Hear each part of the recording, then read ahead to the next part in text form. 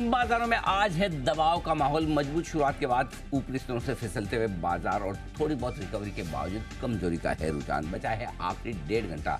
आएगी कुछ रिकवरी या फिर रहेगा दबाव? कैसी रहेगी आज की क्लोजिंग और क्या करेंगे कल की तैयारी, फोकस इसी पर। स्वागत है आप सबका फाइनल ट्रेड में। आप देख रहे हैं जी बिजनेस का बंधन म्यूचुअल फंड स्टूडियो। नमस्कार, मैं हूं अनिल सिंह और नमस्कार, मैं हूं दीपांशु भंडारी। समझेंगे अनिल जी से कि करना क्या है। ये जो वॉलेटाइल बाजार हो रहा है और स्पेशली ऊपरी स्तरों से जो दबाव आ रहा है, आपको अपनी पोजीशन कैसे संभालनी है, कहां पर एक्शन दिख रहा है, क्या कह रही है? बड़ी बात है ये दीप की ऊपर से देखेंगे तो आप नीचे, नीचे से देखेंगे तो ऊपर है, बीच में है इस वक्त। ये सबसे बड़ी बात है। 21,755 का हाई, 21,655 का 555 का लो और 21,635 के आसपास आप ट्रेड करते हुए दिख रहे हैं। बीचों बीच में नुकसान 100 अंकों का नुकसान 400 अंकों का दिखेगा बैंक निफ्टी में। और यहाँ पर भी ऊपरी स्तरों से आप देखेंगे तो कमजोरी नजर आएगी। निचले स्तरों से रिकवरी है लेकिन कम है। बैंक निफ्टी उतना रिकवर नहीं हो पाया जितना निफ्टी रिकवर हुआ है। सेंसेक्स यहाँ पर करीबन 500 अंकों का नुकसान आपको नजर आएगा। 72,000 के नीचे ट्रेड करता हुआ दिखेगा। 7 दिनों की तेजी के बाद मिड कैप और स्मॉल कैप इंडेक्स भी लाइफ हाई नया बनाने के बाद फिसले तो थोड़ी प्रॉफिट बुकिंग ऊपरी स्तरों से आती दिख रही है। और यहाँ पर भी प्रॉफिट बुकिंग इस तरीके से आ रही है कि काफ़ी वोलेटाइल है। ये इंडेक्स कभी हरे कभी लाल निशान के बीच में झूलते हुए आपको नजर आएंगे, लेकिन थोड़ा दबाव यहाँ से भी आता हुआ दिख रहा है आपके लिए। इसके अलावा जो सेक्टर्स हैं, फार्मा सेक्टर है ये आज का स्टार परफॉर्मर और यहाँ आज भी बढ़िया तेजी के साथ नया रिकॉर्ड बनता हुआ दिखा। तो वहाँ पर कहीं भी रुकावट और थकावट के संकेत आपको नजर नहीं आएंगे। अच्छी खासी मजबूती के साथ फार्मा शेयरों में कारोबार होता हुआ दिखा है। आज के सेशन में पूरी की पूरी तेजी की लीडरशिप भी आपको फार्मा शेयरों से ही आती हुई दिखी है। इसके अलावा डाउ फ्यूचर्स 50 अंक मजबूत है। यूरोप चौतरफा खरीदारी, यूरोप ने नए साल की शुरुआत दमदार की है। अच्छी हो रही है। अमेरिका भी दमदार शुरुआत करने के संकेत दे रहा है। खाली भारतीय बाजारों में थोड़ी सुस्ती के साथ शुरुआत होती दिखी है। लेकिन अगर पूरे खराब बाजार की सेहत अगर पूरी खराब है तो इस खराब सेहत में सिर्फ एक ही सेक्टर अच्छा है और वह है फार्मा। सबसे ज़्यादा सेहत खराब आईटी शेयरों की है। वहाँ पर प्रॉफिट बुकिंग का दबाव है। ऑटो शेयर भी मंथली सेल्स नंबर्स के आंकड़ों के बाद थोड़े प्रेशर में आपको नजर आ जाएंगे। तो थोड़ा रोटेशन चल रहा है सेक्टर्स के बीच में, बट मुनाफा वसूली आई है और जिस इंटेंसिटी से अनिल जी एक बार गिरे थे वहाँ से थोड़ा संभले ज़रूर, बट कोई ज़्यादा खास रिकवरी भी नहीं आती देखिए। स्पेशली बैंक्स और फाइनेंशियल्स पर प्रेशर थोड़ा ज़्यादा एक बार फिर से बनते हुए दिख रहा है। बैंक्स पर ही प्रेशर आ रहा है। बिल्कुल दीप, और बैंक्स ने प्रेशर की शुरुआत की भी है और लग भी रहा पिछले 2 सेशन से लगातार ऊपरी स्तरों पर 48,500 के आसपास आती प्रेशर बैंक निफ्टी पर साफ आपको नजर आ रहा है। जाहिर सी बात है कि रेट सेंसिटिव थोड़े से ज़्यादा कमज़ोर है। आज इसका साथ देने के लिए आपने देखा कि ऑटो नंबर्स भी उतने मजबूत नहीं आए, तो वहाँ से प्रेशर है ही। निफ्टी इसलिए कम कमज़ोर है या इसलिए थोड़ा बेहतर है क्योंकि निफ्टी में एक बात साफ है दीपू, और वो ये कि कहीं न कहीं कोई न कोई सेक्टर से सपोर्ट मिल जाता है। फॉर एग्जांपल आज फार्मा आपको सपोर्ट करने की कोशिश कर रहा है कि भाई आप ज़्यादा कमज़ोर मत हो, हम हैं। कभी आपको सपोर्ट सरकारी कंपनियों से मिल जाता है। आज मिला जुला मामला कोल इंडिया, ओएनजीसी जैसे शेयर आज मजबूत है। थोड़े बहुत मेटल्स में हल्की फुल्की खरीदारी है। सो निफ्टी को लेकर इतनी समस्या नहीं है, लेकिन बैंक निफ्टी के लिए ज़रूर दिक्कत वाली बात है। और मुझे लगता है कि आखिरी अब 1.5 घंटा जो बचा है, इम्पोर्टेंट क्या है? पहला इम्पोर्टेंट फैक्टर ये है कि आप 21,650 इसके नीचे बंद ना हो। 4 दिनों की लोएस्ट क्लोजिंग आपकी 21,650 की है, वो आपकी मेंटेन होनी चाहिए। अब 2 चीज़ें हैं दीप। एक और अगर आप देखें तो बाजारों का मोमेंटम स्ट्रॉन्गर, छोटा मोटा 150-200 पॉइंट का करेक्शन आप रनिंग करेक्शन के तौर पे देखते हैं। और स्पेशली जब पूरा यूरोप मजबूत हो, स्पेशली जब आपका मजबूती का रुझान आपको डाउ फ्यूचर से आने के संकेत आ रहे हो, तो संभावना है कि आप 21,650 को बचा पाएँ। फर्ज करें 21,650 नहीं बचता है और अगर नीचे बंद होता है तो थोड़ी सी नीचे की रिस्क 21,450 तक की खुलती है। 21,425 450 तक की रिस्क खुलती है। सो आपको 21,450 21,650 की रेंज में कंसोलिडेट करना है, समय बिताना है। पहली चीज़। ऊपरी स्तर पर 21,800-22,000 की वो रेंज है जहाँ पर आप जाने पर प्रॉफिट बुकिंग कंसोलिडेशन देखेंगे। देखिए अब यहाँ से आप अगले हफ्ते से रिजल्ट सीजन में प्रवेश करेंगे और रिजल्ट सीजन में जाते ही आपको पूरी तरह से सेक्टर और स्टॉक स्पेसिफिक हो जाना है। जनवरी का महीना वैसे भी बाजार के लिए कंसोलिडेशन का माना जाता है, रेंज बाउंड माना जाता है। Specially month two month closing के लिहाज से बहुत बड़ा नहीं होता। पिछले 5 सीरीज में आप नेगेटिव बंद हुए हैं 1 से 2%। सो अगर आप 2% माने तो 21,500-600 से 2% है 21,200-300, 21,150 200, वहाँ तक आप नीचे में जा सकते हैं। ऊपर में 21,800 तक क्लोज हो सकते हैं। सो अगर 500-600 पॉइंट की रेंज में आपको ट्रेड करना है, आज भी देखिए दीप जहाँ स्टॉक स्पेसिफिक एक्शन है, जो सेक्टर्स मजबूती में है, जो स्टॉक्स मजबूती में है, वहाँ समस्या नहीं है। जहाँ खरीदारी है वहाँ 5 से 15% की तेजी है, जहाँ प्रॉफिट बुकिंग वहाँ है। तो आपको अब यहाँ से इस सीरीज की शुरुआत से 2 दिनों से जो संकेत मिले वो ये हैं कि भाइयों सेलेक्टिव हो जाओ, हर कुछ भी मत खरीदो, हर किसी भी प्राइस पे मत खरीदो, पहली चीज़। दूसरा, खरीदा है तो प्रॉफिट भी बुक करते चलो अगर आपका ट्रेडिंग वाला मामला है। पहले क्या होता, जब तेजी एक तरफा तेजी का मार्केट होता ना तो ट्रेडर भी इन्वेस्टर बन जाते हैं। हाँ, और जब वही होता है। एक तरफा मंदी का मार्केट होता तो ट्रेडर मतलब उसमें ट्रेड करने के बजाय डेली लेके बैठ जाते हैं। Correct sir. तो आप अगर ट्रेडिंग माइंडसेट से कर रहे हैं तो ट्रेडिंग माइंडसेट रखिए। और फिलहाल इस तरह के मार्केट में आपके लिए ये बढ़िया है कि प्रॉफिट बुक करते चले, वापस आप एंट्री करते चले। रहा सवाल इन्वेस्टर्स का, सुबह भी हमने यही बात की थी, इन्वेस्टर्स के लिए कोई फ़र्क नहीं पड़ता, हर महीना तेज़ी का नहीं होगा। 2 महीने अच्छे निकले, 1 महीना भले कंसोलिडेट होने दे, रिजल्ट सीजन निकल जाने दे, उसके बाद देखेंगे। Okay, got it. चलिए, थोड़ा वॉलेटिलिटी का दौर है, कोई बात नहीं, लेवल्स की हम पूरी रिस्पेक्ट करेंगे। अनिल जी अभी आपको थोड़ी देर में डेटा पढ़ के लेवल्स के बारे में भी बताएंगे। आइए, कुशल और अरमान है तैयार बताने के लिए बाजार के एक्शन के बारे में। कुशल, गुड आफ्टरनून, बताएं इंपॉर्टेंट इवेंट। गुड आफ्टरनून दीप। इंपॉर्टेंट इवेंट के लिहाज से कल का दिन काफ़ी अहम रहने वाला है। धामपुर शुगर, यहाँ पर बायबैक पर बोर्ड बैठक होने वाली है। साथ ही S&P global India manufacturing PMI जो नंबर्स है दिसंबर महीने के, वो भी आपके सामने आते हुए दिखेंगे। भारत का दूसरा के लिहाज से अगेन जब कल की भी छुट्टी रहने वाली है, बट फेड की जो मीटिंग हुई थी उसके मिनट्स भी जारी होते हुए कल के दिन में नजर आएंगे। 4 जनवरी गुरुवार कैश सेगमेंट से नतीजों का हो जाएगा। GM ब्रेवरीज अपने तीसरे तिमाही के आंकड़े घोषित करेगी। साथ ही ग्रासिम इंडस्ट्रीज राइट्स इशू पर कंपनी विचार करेगी और जापान के बाजार खुलते हुए दिखेंगे। ऑफकोर्स शुक्रवार के दिन में कावेरी सीड्स पर नजर रखिए। यहाँ पर शेयर बायबैक पर कंपनी की बोर्ड बैठक है। आइडिया फोर्स टेक्नोलॉजी और Cyient DLM pre IPO investor lock in ये भी खुलता हुआ दिखेगा। नेस्ले, इसकी जो स्टॉक स्प्लिट हुई थी उसकी एक्स डेट है 5 तारीख को। और US के लिहाज से दिसंबर महीने का जो जॉब्स आंकड़ा है और साथ ही यूरोप का दिसंबर महीने का ही जो प्रिलिमिनरी रिलीज है CPI, इनके जो महंगाई आंकड़े हैं वो भी आपके सामने आते हुए दिखेंगे। तो काफ़ी सारे लोकल और साथ ही ग्लोबल ट्रिगर्स अगले 3 दिनों में आपके सामने आएंगे। तो इंपॉर्टेंट ट्रिगर्स बाजार पर आपके सामने आते हुए दिखेंगे। मैच आज शुरू हो रहा है, कल हो रहा है? मैच तो कल से है सर। कल है, आज नहीं? आज नहीं है। ओके, कल से। ओके, ठीक है। आइए, क्या 1-2 दिन इसको हम पोस्टपोन कर सकते हैं? तैयारी और हो जाएगी हमारी, कंडीशंस से जरूरत भी थोड़ा है। हमारे बैट्समैन वाकिफ हो जाएंगे वहाँ के। जरूरत भी है। हाँ, या कुछ ऐसा कर सकते हैं आप, बारिश करवा दें। आज का दिन है तो हाँ, आज नहीं, मैच आए तो बारिश अभी मत करवाना। अभी मतलब मेरे को लगता है अभी तो बारिश का ही सहारा है। हाँ, यही बचा सकता है। लेकिन पता चला बारिश आए ना आए, बारिश की कंडीशन में और ज़्यादा बॉल स्विंग होगी। ऐसे निकलेगी मुंह, वो नाक के पास से जो निकलती है ना फास्ट बॉल, ओहो भाई साहब, ऐसी सर्दी में भी अच्छे बैट्समैन के पसीने छूट जाते हैं। वहाँ की तो पिचेस भी ऐसी हैं। हाँ। अच्छा, आपने क्रिकेट खेलने का यही अपना काम ठीक है। सेम है यहाँ पे। आइए, खबरें जान लेते हैं अरमान के साथ। बताएं अरमान। जी, खबरों में सबसे पहले NMDC यहाँ पर आपको ध्यान रखना है, क्योंकि फाइन्स की जो कीमत है 250 रुपये प्रति टन जो है यहाँ पर बढ़ाकर लगभग 4,910 रुपये प्रति टन कर दी गई है। वही लंप और की कीमतों में भी 200 रुपये प्रति टन जो है यहाँ पर बढ़ोतरी करते हुए दिखे हैं। इज़मा ट्रिप 1000 करोड़ फंड जुटाने को बोर्ड की मंजूरी मिलती हुई दिखी है। प्रेफरेंशियल इशू के जरिए फंड जुटाया जाएगा, जिसमें इक्विटी वारंट्स के जरिए जो है फंड जुटाया जाएगा। रॉयल ऑर्किड, यहाँ पर अगर आप देखें मैक्लोडगंज में इन्होंने एक नया होटल खोला है। उसी के साथ साथ इनके हिमाचल प्रदेश में लगभग ये 7वां होटल ही कंपनी का होता हुआ दिखा है। गुजरात अल्करीज, इन्होंने वेदांता के साथ करार किया है और कारोबार की संभावनाओं को तलाश करने के लिए करार करते हुए दिखे हैं। कॉस्टिक क्लोरीन और जुड़े दूसरे कारोबार के लिए कंपनी ने करार किया है।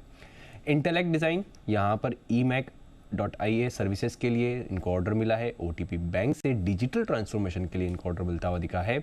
फेडरल बैंक, यहाँ पर बिजनेस अपडेट है। Q3 में ग्रॉस एडवांसेस 18% बढ़कर आए हैं। वही कासा रेशियो लगभग 31.2% के आसपास जो था वो घटकर 30.6% हो गया है। उसी के साथ साथ कोल का अगर आप देखें अपडेट आता हुआ दिखा है, जिसमें दिसंबर में कोयला उत्पादन लगभग 10.8% के आसपास बढ़कर आया है।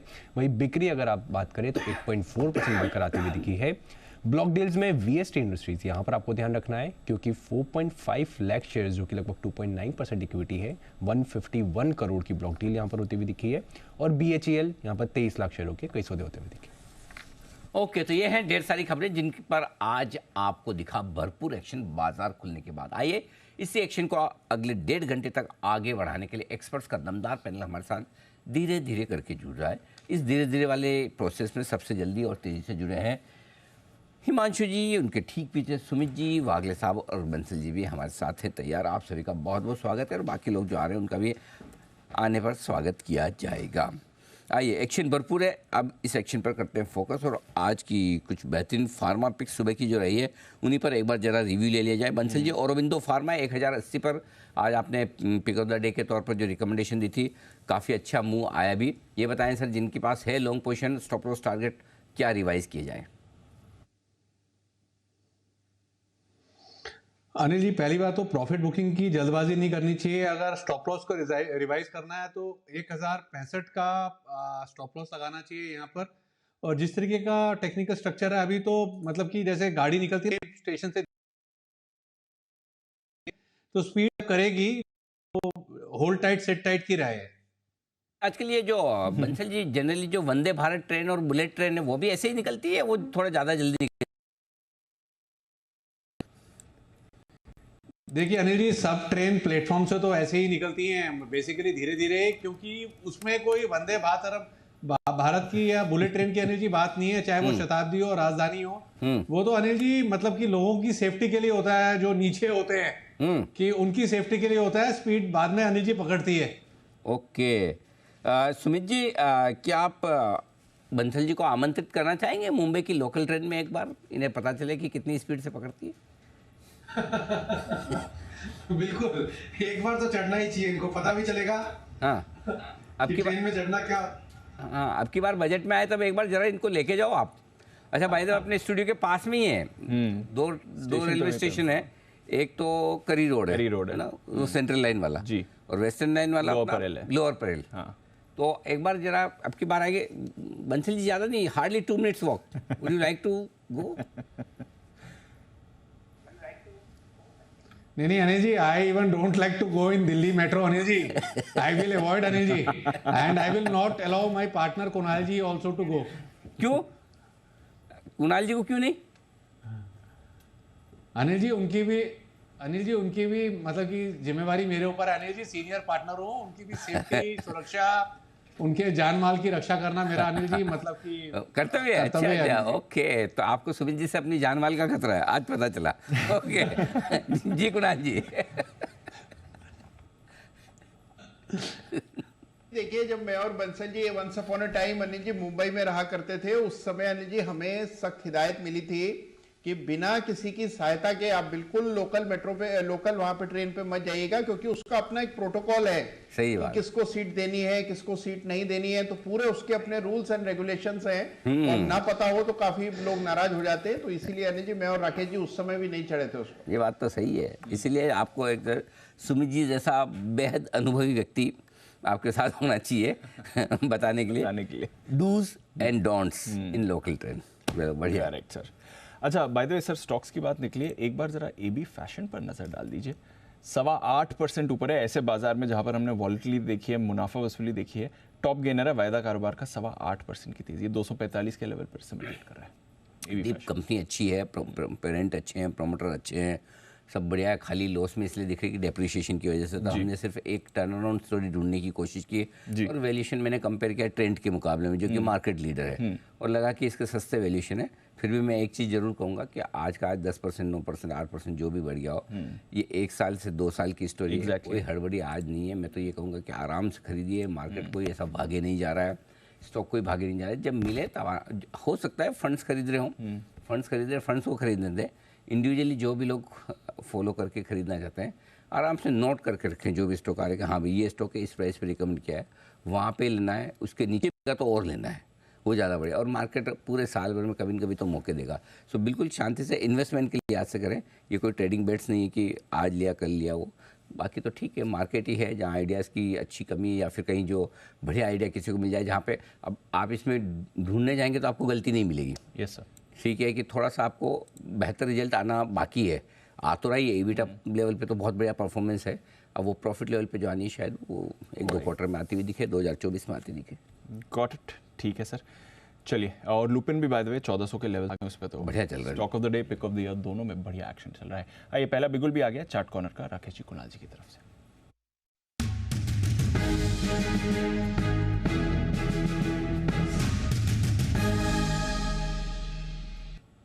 बताएं सर। दीपांशु, ट्रेडिंग के नज़रिए से बीपीसीएल भारत पेट्रोलियम काफ़ी अच्छा लग रहा है और लग रहा है कि 448 के अराउंड कैश में अच्छा बेस बना हुआ है और जिस तरीके का टेक्निकल स्ट्रक्चर है 470 477 के लेवल दिखा सकता है। तो शॉर्ट टर्म के लिए बीटीएसटी के नज़रिए से बीपीसीएल पर एक ओवरवेट खरीदारी की राय। ओवर टू कुणाल जी।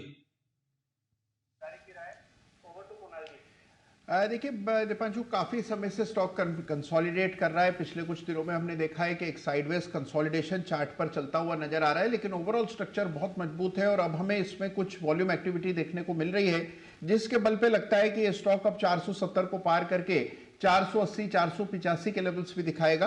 तो इन स्तरों पर हमारी खरीदारी की राय है। एक स्टॉप लॉस रखें, छोटा स्टॉप लॉस 455 रुपए पर एक छोटा सा स्टॉप लॉस रखकर खरीदारी करने की राय है।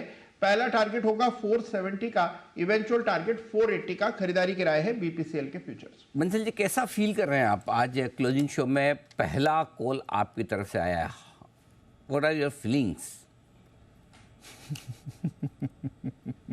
Anil ji, I am feeling on the top of the world. Anil ji देखिए, अभी आपने बोला कि सब लोग जुड़ चुके हैं, हाँ। और जो बाद में जुड़ेंगे उनका भी स्वागत होगा। तो जैसे कुणाल जी बारातियों की तरह लेट आए अनिल जी, उसके बाद भी पहला बिगुल, तो Anil ji full credit goes to Kunal ji. Anil ji full credit goes to Kunal ji नहीं, full credit goes to Himanshu ji, Sumit ji, Wagle साहब, जिन्होंने बजवाया नहीं बिगुल। अगर इन्होंने बजा दिया तो उन्होंने रिक्वेस्ट कर दिया तो कुणाल जी को किस चीज़ की है?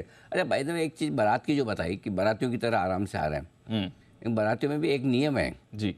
जब बारात में जाते हो कि आप आराम से जाओ, उस समय ना जो बारात में ले जा रहा है उसकी जिम्मेदारी होती है, उसका मतलब उसकी गरज होती है। बारात वापस आते हो अगर आप ना हो तो छोड़ के आ जाता है, काम हो गया। बंसल जी ये जरा समझा दीजिएगा आपके सीनियर पार्टनर जूनियर पार्टनर को कि बाद में जरूरत नहीं होती। जी बंसल जी। देखिए अनिल जी, एक कहावत मैंने अभी न्यू ईयर पे सीखी Anil ji, you rub my back I रब यू। अनिल जी योर्स। तो मैं कुणाल जी की तारीफ कर रहा हूँ, कुणाल जी मेरी करेंगे। अनिल जी, सुमित जी तो कोई क्रेडिट भी नहीं देते, कोई हमारी वाली कॉल, जैसे अभी कल परसों उन्होंने कॉल लिया था अनिल जी, और वो हमने पहले रिकमेंड किया हुआ था, तो उसका भी क्रेडिट नहीं देते हैं, ना धन्यवाद देते हैं, अच्छा, ना मौका देते हैं। तो अनिल जी मैं तो कुणाल जी की तारीफ कर रहा हूँ, मेरी करेंगे, तो आपस में ही लगे हुए हैं अनिल जी हम लोग। आपस में वो इतने वो क्रॉस मार्किंग में उतने मार्क्स कट जाते हैं आपस में, है ना? तो बाहर वाले के मार्क्स ज़्यादा ऐड होते हैं, ये ध्यान में रखिएगा, वो आपस में कट जाते हैं एक दूसरे। जी जी कुणाल जी कुछ कह रहे हैं। जी कुणाल जी। अनिल जी देखिए, मैं तो ये कह रहा हूं कि आज अनिल जी पता नहीं कहां से चंद्रमा ने सूरज निकला है कि बंसल जी थोड़ा क्रेडिट दे रहे हैं। तो अनिल जी देने दीजिए। अनिल जी क्रेडिट दे रहे हैं, डेबिट नहीं दे रहे हैं पहली बार। तो अनिल जी देने दीजिए, रोकिए मत।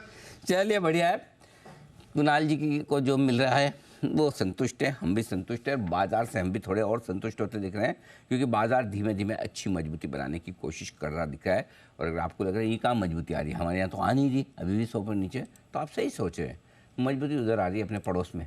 डाउ फ्यूचर्स अब 85 अंक ऊपर हो चुका है, तो धीमे धीमे डाउ फ्यूचर्स अपनी मजबूती बना रहा है। भाई 1:30 बजे के बाद, 2 बजे के बाद, 2:30 बजे के बाद तो हमें डाउ फ्यूचर भी उतना ही देखना पड़ता है ना।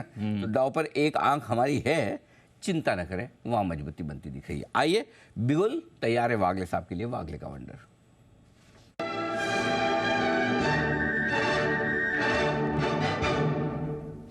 जी वागले साहब फरमाएं। Anil ji good afternoon. Deepanshu good afternoon. Anil ji मेरे पास 2 कॉल है, एक बाय है एक सेल है। इसको आप चाहिए तो पेयर स्ट्रेटेजी भी कह सकते हैं, क्योंकि निफ्टी थोड़ा सा वीकनेस दिखा रहा है, मार्केट में थोड़ा सा सेलिंग भी दिख रहा है, लेकिन आउट परफॉर्मिंग स्टॉक्स भी है। तो मुझे बाय करना है कॉनकोर में। 880 का करंट भाव 880 के जस्ट ऊपर चला है। मुझे लगता है ये 900 तक आपको कल के दिन में ही मिलना चाहिए, इतना मोमेंटम दिखाई देता है। मल्टीपल टॉप्स को इसने ब्रेक किया है। आपका स्टॉप लॉस 874 का होना चाहिए, एक 6-6.5 रुपए की रिस्क होगी, और ऊपर में रिवॉर्ड 20 रुपए का होगा, लगभग 1:3 प्लस का ये रेस टू रिवॉर्ड ये होगा। और मुझे बेचना है आयशर मोटर्स, लेकिन 3900 ब्रेक करने के बाद, अभी 908 के आसपास 900 ब्रेक करता है, फिर इस 100 रुपए ऑन द डाउन साइड मिल सकते हैं। 3895 वगैरह वो रेंज में बेचिए।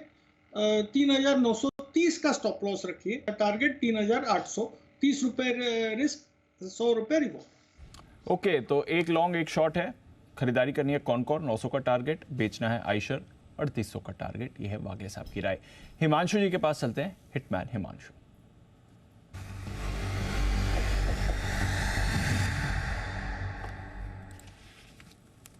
बताएं हिमांशु जी।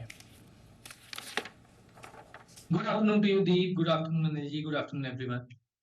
दीप, गैस डिस्ट्रीब्यूशन स्टॉक्स में खरीदारी देखने को मिल रही है। हमने देखा कि जिस तरह से एलएनजी के प्राइसेस में डिक्लाइन देखने को मिला है, यहाँ पर स्टॉक्स में एक मोमेंटम बन रहा है और इस स्पेस में एमजीएल मुझे ऐसा लगता है कि एक बड़े मूव के लिए तैयार है।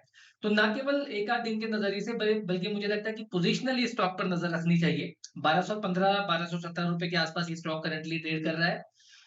बीटीएसटी के तौर पर 1205 रुपए के स्टॉप लॉस के साथ एमजीएल में खरीदारी करें। 1250 रुपए का पहला टारगेट रहेगा दीप, और मुझे लगता है अगर 1250 के ऊपर ये स्टॉक दीप चलना शुरू होगा तो एक अच्छी खासी 100 से 150 रुपए की मूव स्टॉक में बनती हुई नजर आएगी। तो एमजीएल में बीटीएसटी के तौर पर खरीदारी करके चलने की सलाह। एमजीएल महानगर गैस लिमिटेड, यहाँ पर करें खरीदारी। गैस स्टॉक्स में खरीदारी का रुझान वैसे कल से दिख रहा है। आज थोड़ा सा गेल ने मूड बिगाड़ा है कोटक की रिपोर्ट के बाद, लेकिन गुजरात गैस आज भी मजबूत नजर आ रहा था। तो यहाँ पर एमजीएल एक खरीदारी का बढ़िया मौका दे सकता है 1205 के स्टॉप लॉस के साथ।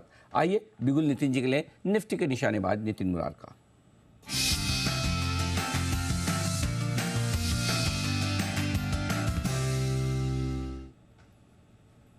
नितिन जी बताएं सर।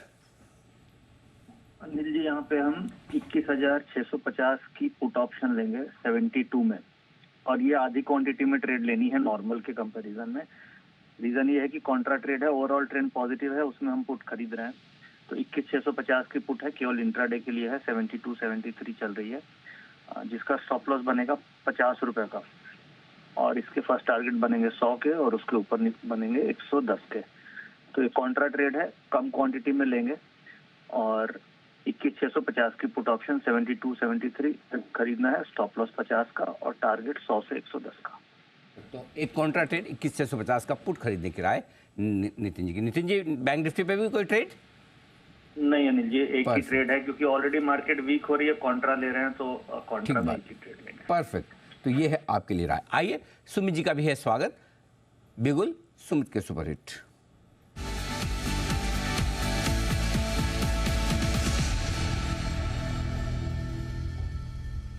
जी सुमित जी बताएं सर।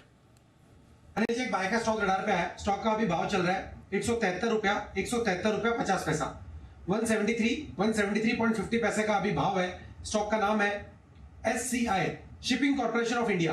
SCI के अंदर मोमेंटम तेजी का बना हुआ है। स्टॉक एक कंटिन्यूस अपट्रेंड के अंदर में है। ये स्टॉक हम लोअर लेवल से रिकमेंड करते हुए आ रहे हैं, और अभी भी ये स्टॉक के अंदर लग रहा है कि यहाँ से एक बढ़िया मूव देखने को मिलेगा, क्योंकि आज एक बढ़िया ब्रेकआउट देखने को मिल रहा है और रिसेंट के हाई के ऊपर स्टॉक अभी ट्रेड कर रहा है। खरीदारी करें, जिन्होंने ले रखा है वो लोग होल्ड करें। 168 रुपया स्टॉक का नीचे में सपोर्ट है, तो 168 के स्टॉप लॉस से SCI में खरीदारी करके चलने का सलाह रहेगा। ऊपर में पहला टारगेट 180 रुपए का, दूसरा टारगेट 185 रुपए का। तो खरीदारी करें SCI 180 185 के टारगेट्स की। Okay, SCI shipping corporation of India, ये है वो स्टॉक्स जहां पर खरीदारी करने की राय सुमित जी की तरफ से आती हुई दिखी। कैश मार्केट के स्टॉक्स में भी एक्शन भरपूर बना हुआ है, बनता हुआ दिख भी रहा है। यहां पर करिएगा फोकस। आइए जैन साहब भी हमारे साथ हैं तैयार। जैन साहब का भी किया जाए स्वागत। जैन साहब, बहुत बहुत स्वागत है आपका। आईटी शेयरों में थोड़ा प्रॉफिट बुकिंग का रुझान है। अगले हफ्ते से आईटी शेयरों में नतीजों का सीजन भी शुरू होगा। क्या नतीजों के पहले थोड़ी बहुत प्रॉफिट बुकिंग का माहौल है या कुछ और, जरा समझाएं। सर्टेनली देखिए अनिल जी, नतीजों के पहले ओवरऑल मैं बोल रहा हूँ, जो मार्केट्स में थोड़ी भी जो करेक्शन है, उनके 2-3 मतलब मेन रीजन एक हो सकते हैं। एक तो रिक्लासिफिकेशन जो है, मतलब एमफी की reclassification mid cap, small cap, large caps की, वो वहां की वजह से चर्निंग काफी होती है। हालांकि मार्केट्स तो पूरे ट्रैक करती है 6 महीने के एवरेज प्राइसेस के हिसाब से। और दूसरा, आपके रिजल्ट सीजन शुरू हो रहा है, तो सर्टेनली रिजल्ट्स की वजह से भी एक वो नर्वसनेस रहती है। और आईटी स्टॉक्स, जब से फेड का अनाउंसमेंट आया, जो एक डविश आउटलुक आया, उसके बाद आईटी स्टॉक्स अच्छे चले। तो आईटी के बाद देखिए हमने अब आज फार्मा को देखा है, फिर कभी एफएमसीजी चल रहा है, तो सेक्टोरल चर्निंग भी हो रही है, केमिकल्स वाले स्टॉक भी चल रहे हैं। मुझे लगता है कि मार्केट्स जल्दी से अब डायरेक्शन, मतलब बहुत ऊपर के लेवल्स तक नहीं भी जाए, तो हमें स्टॉक स्पेसिफिक और सेक्टर स्पेसिफिक रहना है। और आज जैसे फार्मा स्टॉक्स का दिन था, आज फर्टिलाइजर स्टॉक्स का दिन था, कल भी फर्टिलाइजर स्टॉक्स के दिन थे, फिर और भी ऐसे ही एक एक करके सेक्टर चलेंगे। सो आई थिंक मार्केट्स भले ही नेगेटिव दिख रहे हो, मगर स्टॉक्स में काफी अच्छी तेजी है। जो स्टॉक तेज हो रहे हो बहुत जबरदस्त तेज हो रहे हैं। इनफैक्ट 20% सर्किट वाले आज बहुत सारे स्टॉक्स है, जनरली एक साथ इतने स्टॉक्स दिखते नहीं है, जो मैं अभी देख रहा था। तो इसीलिए मुझे लगता है कि स्मॉल कैप्स मिड कैप्स तो चलेंगे और सेक्टोरल चर्निंग्स होगी, स्टॉक चर्निंग होगी, और मार्केट्स भले ऊपर नीचे जो भी करे, बट ओवरऑल पैसा तभी बनेगा जब आपका अब रिसर्च जो है बहुत स्ट्रांग रखनी पड़ेगी और काफी स्मार्टली अप्लाई करना पड़ेगा मार्केट में। Easy money may not be that easy now. बिल्कुल, easy money may not be that easy now, but कुछ स्टॉक्स हैं जहां पर आपको बड़ा एक्शन आते हुए दिख रहा है। एक दो स्टॉक्स पर जैन साहब की भी राय लेंगे, बट उससे पहले लेमन ट्री, जरा इस पर नजर डालिए। मोतीलाल ओसवाल की एक रिपोर्ट आई है, स्टॉक पर उनका काफी बुलिश व्यू है और स्टॉक आज बढ़िया एक्शन में भी दिखा रहा है। सुबह से ही तेजी में है, बाजार की वॉलेटिलिटी का इस पर कुछ फर्क नहीं पड़ा है। 10% ऊपर आपको लेमन ट्री दिख रहा है। कुशल बताइए क्या चल रहा है यहाँ पर? बिल्कुल, तो लेमन ट्री को लेकर एक काफ़ी इंटरेस्टिंग रिपोर्ट मोतीलाल ओसवाल की तरफ से आती हुई दिखी है। तो मोतीलाल ओसवाल फाइनेंशियल सर्विसेज की 2024 के टॉप पिक में इस स्टॉक को शामिल किया है इन्होंने। इनफैक्ट नई ऊंचाई छूने को तैयार है, क्योंकि FY 23 से 26 का जो एस्टिमेट्स है, जो सालाना आधार पर कैगर एक्सपेक्टेड है, रेवेन्यू फ्रंट पर 21% मानकर चल रहे हैं, साथ ही एबिटा लेवल पर 22% और एडजस्टेड बेसिस पर मुनाफा तो 38% की ग्रोथ दिखा सकता है। इनफैक्ट FY 26 तक कंपनी का जो ROE 14% है, वो बढ़कर 22% होने की ये उम्मीद लगा रहे हैं। और इसके लिए 3 मेन इंपॉर्टेंट रीजंस भी इन्होंने हाईलाइट किए हैं। सबसे पहला तो ये है कि जो लग्जरी सेगमेंट है, उसमें ये मार्केट शेयर बढ़ाने पर कंपनी लगातार फोकस कर रही है। इनफैक्ट अक्टूबर में ही कंपनी ने जो मुंबई इंटरनेशनल एयरपोर्ट है, उस पर ओरिका स्काई सिटी नामक यहाँ पर एक लॉन्च किया इन्होंने होटल, और उसमें ऑक्यूपेंसी 70% रहने का ये अनुमान लगाकर चल रहे हैं। और FY 26 तक अनुमानित आय 320 करोड़, एबिटा 190 करोड़ का इससे एक्सपेक्टेड है। साथ ही मैनेजमेंट कॉन्ट्रैक्ट्स पर यहाँ पर कंपनी की रुचि बढ़ रही है। ऑफ कोर्स कंपनी के पास 3,354 मैनेज रूम्स की मजबूत पाइपलाइन है, और लगातार हम देख ही रहे हैं हर तीसरे चौथे दिन कंपनी अपडेट करती है कि उन्होंने एक नया होटल जो है यहाँ पर मैनेज रूम्स के हिसाब से ये कॉन्ट्रैक्ट करते हुए नज़र आते हैं। इनफैक्ट कंपनी के जो सेक्टोरल टेलविंड्स है वो भी काफ़ी बेहतर है, क्योंकि जो बड़े शहर हैं, खासकर दिल्ली, NCR, मुंबई, यहाँ पर जो प्रमुख इनके मार्केट्स हैं, उसमें जो इवेंट्स हैं वो काफ़ी हद तक अब बढ़ते हुए नज़र आ रहे हैं। और ऑफ कोर्स जब इवेंट्स बढ़ते हैं तो ऑक्यूपेंसी भी इनके प्रेमाइसेस की आगे चलकर बढ़ने की उम्मीद लगाकर चल रहे हैं। तो ये 3 मेन रीजंस हैं जिस वजह से यहाँ पर मोतीलाल ओसवाल को ये पसंद है। खरीदारी की राय के साथ लक्ष्य 135 से बढ़ाकर अब इन्होंने 150 रुपये का कर दिया है। 150 रुपये का लक्ष्य दे रहे हैं। आज 130 पर ऑलरेडी ये काउंटर आ भी चुका है और स्टॉक में हम देख रहे हैं ज़बरदस्त मोमेंटम बना हुआ है। आई थिंक रिसेंटली सिद्धार्थ जी के भी रेडार पर आया था लेमन ट्री, और अच्छा एक्शन इस काउंटर पर आपको बनते हुए दिख भी रहा है। एक बार जरा चार्ट चेक भी ले लिया जाए। बंसल जी, एक बार लेमन ट्री का चार्ट देख लें सर, 130 का लेवल।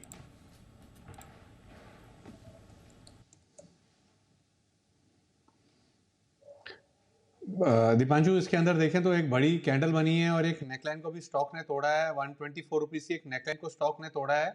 अनचार्टेड टेरिटरी में है दीपांशु। जिनके पास है बने रहने की राय है, नई खरीदारी तो करेक्शन पर ही करनी है। कभी मार्केट की वीकनेस में पैनिक सैनिक में 118-20 के अराउंड मिल जाए तो खरीदें, है जिनके पास है बने रहें।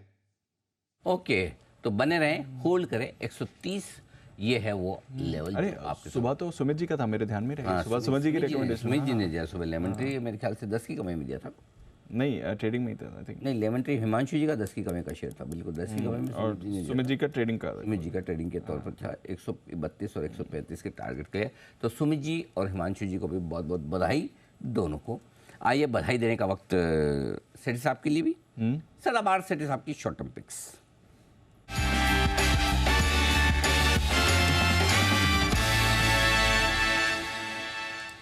सेठी साहब फरमाएं सर के आज का पहला stock. Good afternoon Anil ji, good afternoon Deepanshu. Anil ji, जो आज का मेरा पहला स्टॉक है जिसमें खरीदारी करनी है वो है KNR कंस्ट्रक्शन, जो अभी 259 के लेवल्स पे ट्रेड करता है। पहले इसके शॉर्ट टर्म टारगेट है 275 के, स्टॉप लॉस रखना है 250 का। एक बहुत ही दमदार क्वालिटी की इंफ्रास्ट्रक्चर कंपनी है जो कि मेनली रोड, ब्रिजेस, फ्लाईओवर्स और इरिगेशन प्रोजेक्ट्स के काम करती है। Even urban water infrastructure management का भी ये काम करती है और बहुत ही जबरदस्त क्लाइंट लिस्ट है। NHAI को कैटर करती है, मिनिस्ट्री ऑफ रोड ट्रांसपोर्ट, कई सारे स्टेट गवर्नमेंट, फिर अभी तक इन्होंने 6000 किलोमीटर से ज्यादा के रोड प्रोजेक्ट किए हैं और इनका एग्जीक्यूशन पे अच्छा खासा फोकस है। कई प्रोजेक्ट्स के लिए इनको अर्ली कंप्लीशन बोनसेस भी मिलते हैं। फिर खुद की अच्छी वर्ल्ड क्लास कंस्ट्रक्शन इक्विपमेंट की फ्लीट है, तो उसका भी एक फायदा होता है। और बाकी आजकल इनका फोकस मेट्रो रेल और रेलवे प्रोजेक्ट्स में भी है। एक जबरदस्त 12,500 करोड़ की ऑर्डर बुक है और फिर डेट रिडक्शन पे पूरा फोकस है। फंडामेंटल सॉलिड है और अच्छे रिटर्न रेशियोज है। Return on capital employed is close to 23%। FIs around 40% हिस्सेदारी रखते हैं, जिसमें HDFC है, DSP, SBI, ICICI Pru वगैरह। मुझे लगता है स्टॉक को करंट लेवल्स पे खरीदना चाहिए for short term target of 275, stop loss of 250। Okay, 260 के स्टॉप लॉस के साथ खरीदे KNR कंस्ट्रक्शन, सॉरी 250 के स्टॉप लॉस के साथ 275 के टारगेट के लिए। पहली पिक आज की सेठी साहब बताएं सर। दूसरी पिक, दूसरा स्टॉक अनिल जी आज का एक होटल स्टॉक ही है। स्टॉक का नाम है ताज जीवीके होटल्स, जो अभी 233 के लेवल्स पे है। शॉर्ट टर्म टारगेट है 250 के, स्टॉप लॉस रखना है 225 का। ये कंपनी एक जॉइंट वेंचर है between Indian hotels and the GVK group और कंपनी की 7 प्रीमियम होटल प्रॉपर्टीज है, जिसमें 3 या 4 प्रॉपर्टीज तो इनकी हैदराबाद में है। ताज होटल है, विवांता है वहाँ पे, फिर एक चेन्नई में, एक चंडीगढ़ में और मुंबई में जो ताज सेंटा क्रूज है वो भी इसी होटल के अंतर्गत आता है। हम देख रहे हैं होटल्स में एक स्ट्रॉन्ग ऑक्यूपेंसी लेवल्स है, बहुत अच्छे टैरिफ इनके चल रहे हैं और ये हाल ही में जो वेडिंग सीजन चल रहा है, फिर न्यू ईयर के कारण भी बहुत अच्छी बुकिंग्स रही है। मुझे लगता है ये सब होटल कंपनियां, आज लेमन ट्री भी कई इन्होंने रिकमेंड किया है, मुझे लगता है ये होटल स्टॉक्स अच्छा करेंगे और वैल्यूएशन के लिहाज से बहुत ही सस्ता है कंपेयर टू इट्स पीयर्स। और बाकी इंडियन होटल्स की अच्छी खासी इसमें 25.5% की हिस्सेदारी है और quant mutual fund, IDFC mutual fund भी इसमें स्टेक ऑन करते हैं। मुझे लगता है ये स्टॉक अच्छा करेगा। खरीदारी करने की सलाह for target of 250, stop loss of 225। Okay, तो ताज जीवीके और KNR कंस्ट्रक्शन दो बेहतरीन पिक सेठी साहब की तरफ से आती हुई आपके लिए खरीदारी के लिहाज से। जैन साहब, होटल स्टॉक्स तो आपके, मेरे ख्याल ताज जीवीके तो आपकी लिस्ट में भी रहा हुआ है। बिल्कुल रहा हुआ है अनिल जी। ताज जीवीके, EIH एसोसिएटेड। आपसे नहीं, मैं ठहरने के हिसाब से पूछ रहा हूँ, जाके ठहरे। ऑलमोस्ट सबको देखते तो कहीं ना कहीं तो ठहरे हुए इन सब में से इंडियन होटल्स है, EIH एसोसिएटेड, EIH होटल्स, फिर बहुत छोटी छोटी कंपनियां भी है कुछ बनारस में, बनारस होटल्स। इनफैक्ट वो आप दे नहीं सकता कि बहुत बड़ा मूव दे चुका, आइडेंटिफाई किया था, लिक्विडिटी नहीं होने की वजह से नहीं दे पा रहे थे। लेमन ट्री की बात करें, ITDC इनफैक्ट जो हमारे राकेश कुणाल चार्ट कॉर्नर में भी आया गया है और मैंने भी पहले दिया हुआ, और ये स्टॉक में मुझे बहुत वैल्यू दिखती है जो अशोका होटल है दिल्ली की। तो मुझे लगता है कि काफी अच्छा माहौल बना हुआ और अच्छे खासे रेवेन्यूज आ रहे हैं और अच्छी खासी ऑक्यूपेंसी लेवल्स है और आगे भी आने। और रियल एस्टेट जब चलता है तो सर्टेन जो पुरानी प्रॉपर्टीज है वो भी कहीं ना कहीं रीप्राइज होती है। तो I feel it's a great time to enter these stocks. अच्छा टाइम है इन स्टॉक्स के लिए। यहाँ पर रखिए नजर, होटल स्टॉक्स में तो अच्छा एक्शन है। लेमन ट्री की अभी बात चल रही थी, ताज जीवीके भी आपके रेडार पर रहना चाहिए। आइए, अनिल जी भी तैयार है अपनी स्ट्रैटेजी के साथ, आइए लेते हैं।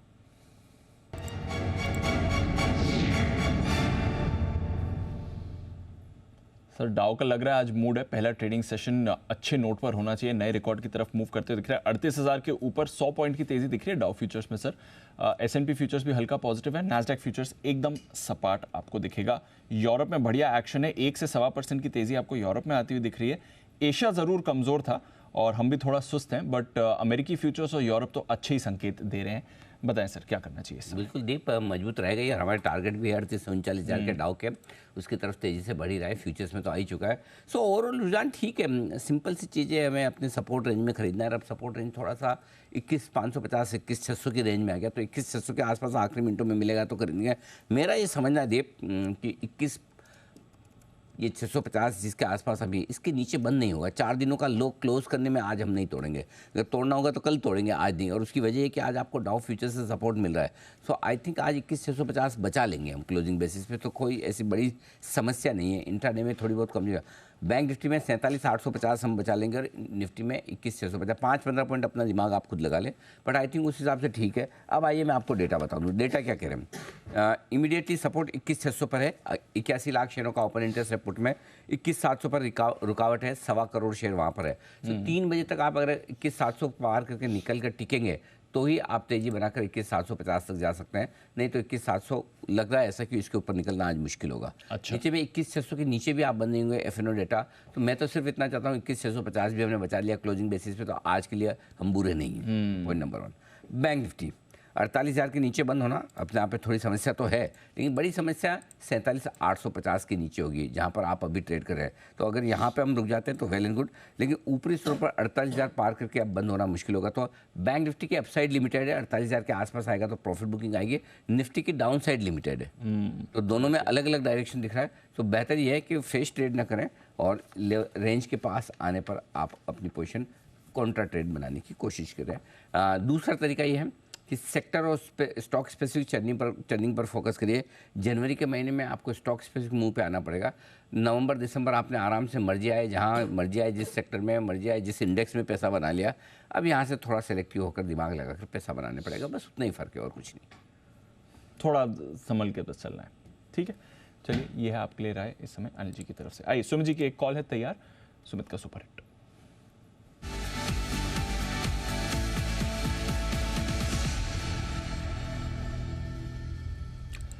बताएं सर। देखो, जो बैंकिंग स्टॉक्स में थोड़ा दबाव देखने को मिल रहा है, बैंकिंग स्टॉक्स और बैंक निफ्टी थोड़ा सेलिंग प्रेशर दिखा रहे हैं, तो सेल साइड का स्टॉक अभी मेरे रडार पे आया है। स्टॉक का अभी भाव चल रहा है 1888, 1887, 1888, 1887, 1888 का अभी भाव है। स्टॉक का नाम है कोटक बैंक। कोटक बैंक के अंदर ऊपरी लेवल से दबाव देखने को मिला है। पिछले 3 से 4 दिनों के लो आज एक ही दिन में कोटक बैंक ब्रेक कर रहा है और ऊपरी लेवल से अच्छा खासा सेलिंग प्रेशर कोटक बैंक में देखने को मिल रहा है। तो यहां से और दबाव देखने को मिल सकता है। स्टॉक का जो ऊपर में हर्डल और रेजिस्टेंस है 1905, 1910 के पास है। तो 1910 के ऊपर जब तक जाएगा नहीं तब तक इसके अंदर फ्रेश मोमेंटम अभी बनेगा नहीं। और नीचे में जो लेवल देखने को मिल सकते हैं 1860, ये इसका पहला टारगेट बनेगा। 1850, ये इसका दूसरा टारगेट बनेगा। तो कोटक बैंक में विक्वाली करके चलने का सलाह रहेगा 1910 के स्टॉप लॉस से 1860, 1850 के टारगेट से। ओके, तो ये है आपके लिए कोटक बैंक। यहाँ पर भी आपके लिए सेल कॉल आते हुए दिख रहा है। बैंक्स की तरफ से सबसे ज़्यादा प्रेशर इस समय बाजार में बन भी रहा है, इस पर रखेगा नजर 1860, 1850 के टारगेट के लिए। आइए वागले साहब की तरफ चलते हैं। एक बिगुल वागले का बंडर।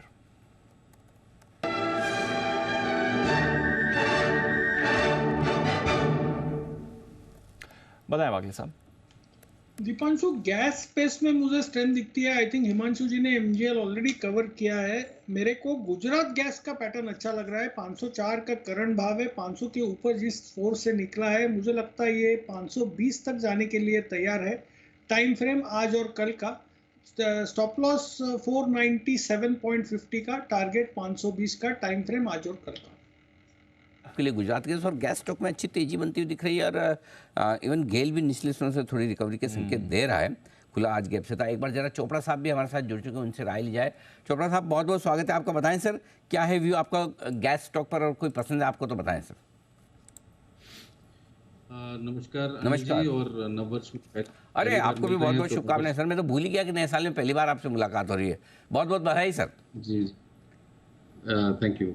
देखिए, ऑयल एंड गैस स्पेस में मेरी पसंदीदा अभी शेयर है वो है IGL, Indraprastha gas limited. MGL में अच्छी तेजी हम ऑलरेडी देख चुके हैं। आईजीएल अभी नीचे से रिकवर कर रहा है और हम थोड़ा टेक्निकल पार्लेंस में भी देखें तो गैप छोड़े हुए हैं। तो मुझे लगता है ये गैप कवर होंगे। तो जो भी 424-25 पे भी ट्रेड कर रहा है, मुझे लगता है मध्यम अवधि के लिए भी कोई इसको लेता है तो 490, 500 तक भी जाने का दमखम ये रखता है। सिमिलर बिजनेस मॉडल्स हैं, ऑलमोस्ट बिजनेस मॉडल्स की बात कर रहा हूँ। तो आईजीएल इस समय मुझे अच्छा लगता है। बाकी बहुत सारे गुजरात गैस भी इस समय, जैसे वागले साहब ने कहा, गुजरात गैस भी अच्छा लग रहा है। और मुझे लगता है कि रिलायंस में भी कुछ अच्छा अपमूव आ सकता है जो मार्केट को भी सपोर्ट कर सकता है। तो रिलायंस मेरा जो पसंदीदा शेयर रहा है ये हमेशा के लिए, हमेशा से ही। तो रिलायंस में भी मुझे अच्छी तेज़ी लगती है मीडियम टर्म में। बट मेरा जो पहला जो पसंदीदा शेयर है वो आईजीएल है। तो आईजीएल, तो तीनों बेसिकली आपके गैस डिस्ट्रीब्यूशन स्टॉक कवर हो गए। गुजरात गैस वागले साहब के, एमजीएल हिमांशु जी ने बात करी थी, आईजीएल चोपड़ा साहब को पसंद आ रहा है। और इसके अलावा गेल पर मूव आ रहा है। पेट्रोनेट हमने रिसेंटली इस पर एक्शन बनते हुए देखा है। और इसके अलावा गैस यूज़र्स के लिए भी अच्छी खबर आती हुई दिखी है, क्योंकि नेचुरल गैस के दाम जो भारतीय सरकार ने इस महीने के लिए सेट किए हैं वो 6 महीने के निचले स्तर पर सेट किए गए हैं। पिछले साल ऑलरेडी हमने देखा 44% की गिरावट नेचुरल गैस के दामों में भी आई थी। तो जो गैस प्रोड्यूसर्स हैं, डिस्ट्रीब्यूटर्स हैं, एंड मोर इम्पॉर्टेंटली जो यूज़र्स हैं, उनके लिए तो बड़ी खबर आपको आती हुई दिख रही है। एक बार जरा अरमान से समझते हैं कौन से और स्टॉक्स हैं जहां पर इसकी वजह से एक्शन दिख रहा है। अरमान बताइए। जी बिल्कुल, जैसा कि आपने कहा कि गैस सरकार की तरफ से एक अगर आप देखें अच्छा खासा कटौती यहाँ पर लगातार आती हुई दिख रही है। 6 महीने के निचले स्तर पर यहाँ पर आपको भाव आते हुए दिख रहे हैं और लगातार चौथा महीना ऐसा है जहाँ पर ये भाव देखें आपको तो वो डाउनवर्ड ट्रेंड में है। जिस हिसाब से अगर आप प्राइसेस की बात करें तो जो अगस्त में 7.85 MMBTU था, उसके बाद लगातार अगर आप देखें वहाँ सर थोड़ा बहुत बढ़ता जा रहा था और फिर उसके बाद अक्टूबर में जब 9.2 एक पीक पर गया था, उसके बाद से चौथा महीना ऐसा है जहाँ पर आपको कटौती आती हुई दिखी है। तो लगभग अक्टूबर के महीने से 15% के आसपास की कटौती आती हुई दिखी है। अब कौन से स्टॉक्स पे फोकस रखना है? यूँ तो नेचुरल गैस की अगर आप बात करें कई सारे प्रोडक्ट्स में और लगभग सभी प्रोडक्ट्स में एक रॉ मटेरियल के तौर पर होता है, पर फर्टिलाइजर स्टॉक्स यहाँ पर आपको स्पेसिफिकली ध्यान रखना है क्योंकि भारत के यूरिया मैन्युफैक्चरिंग यूनिट के लिए नेचुरल गैस एक महत्वपूर्ण रॉ मटेरियल है।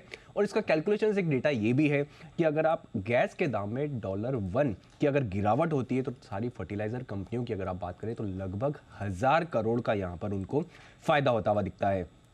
और पिछले 6 महीने की अगर आप बात करें जहां से प्राइसेस आपको लगातार गिरते हुए दिख रहे हैं, इन सभी फर्टिलाइजर स्टॉक्स का अगर आप रिटर्न भी देखें तो फैक्ट की बात करें लगभग 77% का रिटर्न है, RCF 54% return, NFL, Chambal fertiliser, Coromandel international सबका 30% से ज़्यादा का रिटर्न आता हुआ दिखा है।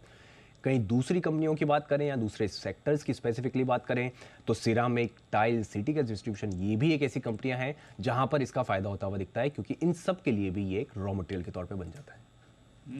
तो गैस प्राइसेस 6 महीने के निचले स्तर पर हैं और काफ़ी सारी कंपनीज को इसका फायदा हो रहा है, including city gas distribution stocks जहां पर आप एक्शन इस समय देख भी रहे हैं। आइए, एसबीआई सिक्योरिटीज़ के technical research head Sudeep Shah साहब भी हमारे साथ जुड़ चुके हैं। और Sudeep Shah, oil and gas की बात चल रही थी, रिलायंस इंडस्ट्रीज़ पर अभी अभी एक मूव आते हुए दिख रहा है। ज़्यादा मूव नहीं है बट अभी अभी थोड़ा एक मूव रिलायंस के चार्ट पर दिखा था। जरा देखें सर रिलायंस और बताएं क्या लेवल्स इसके लिए इंपॉर्टेंट होते हैं। Deepanshu, good afternoon. अनिल जी और सभी दर्शकों को मेरी तरफ से गुड आफ्टरनून और नए साल की हार्दिक शुभकामनाएं। जो हिसाब से हम देख रहे हैं दीपांशु की पिछले कुछ दिनों में रिलायंस में एक अच्छा मोमेंटम भी बना हुआ है पिछले 3-4 दिन में और इसी के कारण ऑयल एंड गैस का जो NSE oil and gas sector है वो इंडेक्स भी आपका बहुत ज्यादा तेज है और वही एक सपोर्ट कर रहा है मार्केट को निचले स्तर से। आप ये देखिए कि नीचे से भी आज निफ्टी में रिकवरी आई है, वो उसमें काफी हद तक एक कंट्रीब्यूटर रिलायंस भी रहा है। तो और पिछले 2-3 दिन का जो बॉटम है वो बहुत करीब का है। यदि हम देखें तो 2575 2573 के आसपास के बॉटम्स बना रहा है स्टॉक पिछले 2-3 दिन से। तो जब तक मुझे लग रहा है अभी एक नया बेस बन रहा है 2375 या ये जोन जब तक होल्ड करेगा तब तक रिलायंस में हम तकरीबन 2650 से लेकर 2670 तक का एक शॉर्ट टर्म में एक अपमूव देख पाएंगे। और यहाँ पे यदि हम थोड़ा पीछे चले तो जुलाई में एक स्विंग हाई था 2630 का। तो इसके ऊपर यदि रिलायंस सस्टेन करता है तो एक नए हाई के लिए और नए मोमेंटम के लिए रिलायंस में हमें तैयार रहना चाहिए और वही अब मार्केट को सपोर्ट करेगा मुझे लग रहा है।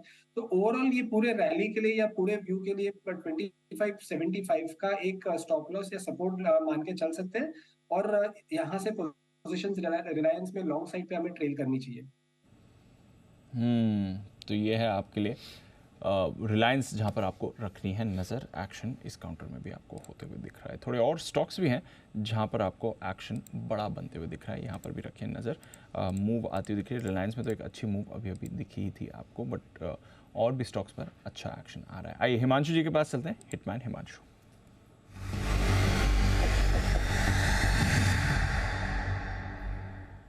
बताएं सर। दीप, मैं कॉल दूर से पहले एक अपडेट शेयर करना था। एक कैश सेगमेंट का स्टॉक जो कि पहले अनिल जी ने रिकमेंड भी किया था, उसके बाद हमारे भी रडार पर ही आया और काफी बार हमने रिकमेंड किया है। इंजीनियर्स इंडिया लगभग 150-160 रुपए के लेवल से रिकमेंड करते आए हैं। स्टॉक में आज एक बहुत बड़ा मूव देखने को मिल रहा है। स्टॉक 12% ऊपर है, 200 रुपए के पार निकल चुका है। तो मुझे लगता है कि डेफिनेटली एक बहुत स्ट्रॉन्ग अपमूव की यहाँ पर शुरुआत है। जिन लोगों ने नीचे लेवल पे लिए हैं बने रहे, स्टॉप लॉस को ट्रेल करें। अभी लगता है कि और तेजी स्टॉक में देखने को मिलेगी और अच्छा मुझे लगता है काफी अच्छा मुनाफा यहाँ पर बनता हुआ नजर आ रहा है। अब दीप, जो स्टॉक फिलहाल जो मेरे रडार पर आया है जो खरीदारी करके चलना है वो है अदानी पोर्ट्स। 1075 रुपए के आसपास ये स्टॉक करंटली ट्रेड कर रहा है दीप। करंट लेवल्स पे खरीदारी करके चलने की सलाह है। आज खराब बाजार में भी स्टॉक लोअर लेवल से एक अच्छी रिकवरी दिखा रहा था। सुबह के सेशन में भी जब बाजार में वीकनेस थी, मुझे लगता है अदानी पोर्ट्स कल तक 1100 रुपए के लेवल दिखा सकता है। तो अदानी पोर्ट्स में बीटीएसटी करके चलने की सलाह रहेगी। 1065 रुपए का स्टॉप लॉस लगाना है। 1100-1105 के टारगेट्स के लिए अदानी पोर्ट्स में खरीदारी करके चलने की सलाह। ओके, अदानी पोर्ट्स, इस पर रखिए नज़र। अभी थोड़ी देर पहले आई थिंक इनकी तरफ से अपडेट भी आया था पिछले महीने का, और स्टॉक में एक्शन भी है 1100 1105। इस बीच एक स्टॉक जो ज़बरदस्त एक्शन में आ रहा है, इंजीनियर्स इंडिया। जरा इसका चार्ट पुल अप करिए। 12% की तेजी आपको इंजीनियर्स इंडिया के चार्ट में इस समय आती हुई दिख रही है आज के सेशन में। जबरदस्त उछाल, 12% ऊपर ये काउंटर है। सुमित जी ने कई बार रिकमेंड किया है, हिमांशु जी का भी फेवरेट रहा है, राकेश जी, कुणाल जी की रिकमेंडेशन रहा है, और अनिल जी 1 दिसंबर को आपकी तरफ से भी आया था, तब 150 का प्राइस है इसका। 155, 160, 172 के टारगेट्स दिए गए थे, 200 के ऊपर है सर आज एक महीने में। इस स्टॉक की एक और खास बात है, बताइए कहानी इसकी जी। एक ये स्टॉक और एक स्ट्राइड्स फार्मा, हाँ, ये दो स्टॉक लाइए। जब मैंने SIP स्टॉक शुरू किया था ना जी, ये 80 रुपए में हमने रिकमेंड किया। यस, ठीक है, यस, इसने इतना तरफाया, इतना तरफाया, और सेम चला ही नहीं। और स्ट्राइड्स भी, स्ट्राइड्स हमने 750 750 के आसपास शायद रिकमेंड किया था। EIL के केस में कम से कम ये ठीक रहा कि ये ज़्यादा घटा नहीं था 80 से, ठीक है। स्ट्राइड्स फार्मा तो 750 750 का घट के 300 250 300 350 आ गया, अब वापस भाव आ रहा है। तो ये दो ही स्टॉक ऐसे रहे पूरे उसमें, बाकी सारे स्टॉक 3-3 4-4 गुना हो गए। अभी आज ही सुबह मुझे शायद अरमान ही बता रहे थे, वो विंध्या टेली जो सुबह जैन साहब ने दिया था, ये हमारा नवंबर 2021 की पिक थी, 3 गुना हो गई। 700 रुपये वाला 2223 रुपये गया, 3 गुना से ज़्यादा हो गया, या 2300 के ऊपर। ये दो स्टॉक की ऐसे नहीं चले, अब फाइनली EIL चल चुका है, और फाइनली अब स्ट्राइड्स फार्मा भी अपने भाव के आसपास आ गया, और एक और जो था एबुल हाउसिंग वो भी लगभग भाव के आसपास आ गया। तो मतलब जरूर 2 साल लगा, 1.5 से 2 साल, लेकिन स्टॉक सारे मतलब कहीं न कहीं पहुंच गए वापस। EIL में तो खैर पैसा भी अच्छा बन गया, 80 वाला आप देखिए करीबन 3 गुना हो गया है। तो बढ़िया है, होल्ड करिए, कोई दिक्कत वाली बात है नहीं, ये तो बढ़िया ही है। और सरकारी कंपनियों के शेयर में तो जो एक्शन है, इवन स्ट्राइड्स भी जिन लोगों के पास पड़ा है, मुझे लगता है 900,000 रुपये हो जाएगा धीरे धीरे करके, क्योंकि अब जो मोमेंटम बन के आ रहा है वो ज़बरदस्त है। तो आप ये, और सेम आइबुल हाउसिंग में भी देखिए, बड़े बड़े इन्वेस्टर्स 200 सवा 200 250 में, और अब FNO से बाहर निकल रहा है, तो फिर कुछ अलग ही चाल हो जाए तो पता नहीं। एनीवे, तो ये एक्शन भरपूर है, और जो हिमांशु जी कह रहे हैं अदानी पोर्ट, यहाँ पर अदानी ग्रुप के शेयरों में बड़ा एक्शन बनता हुआ दिख रहा है। आइए सुमित जी के लिए बिगुल, सुमित का सुपरहिट।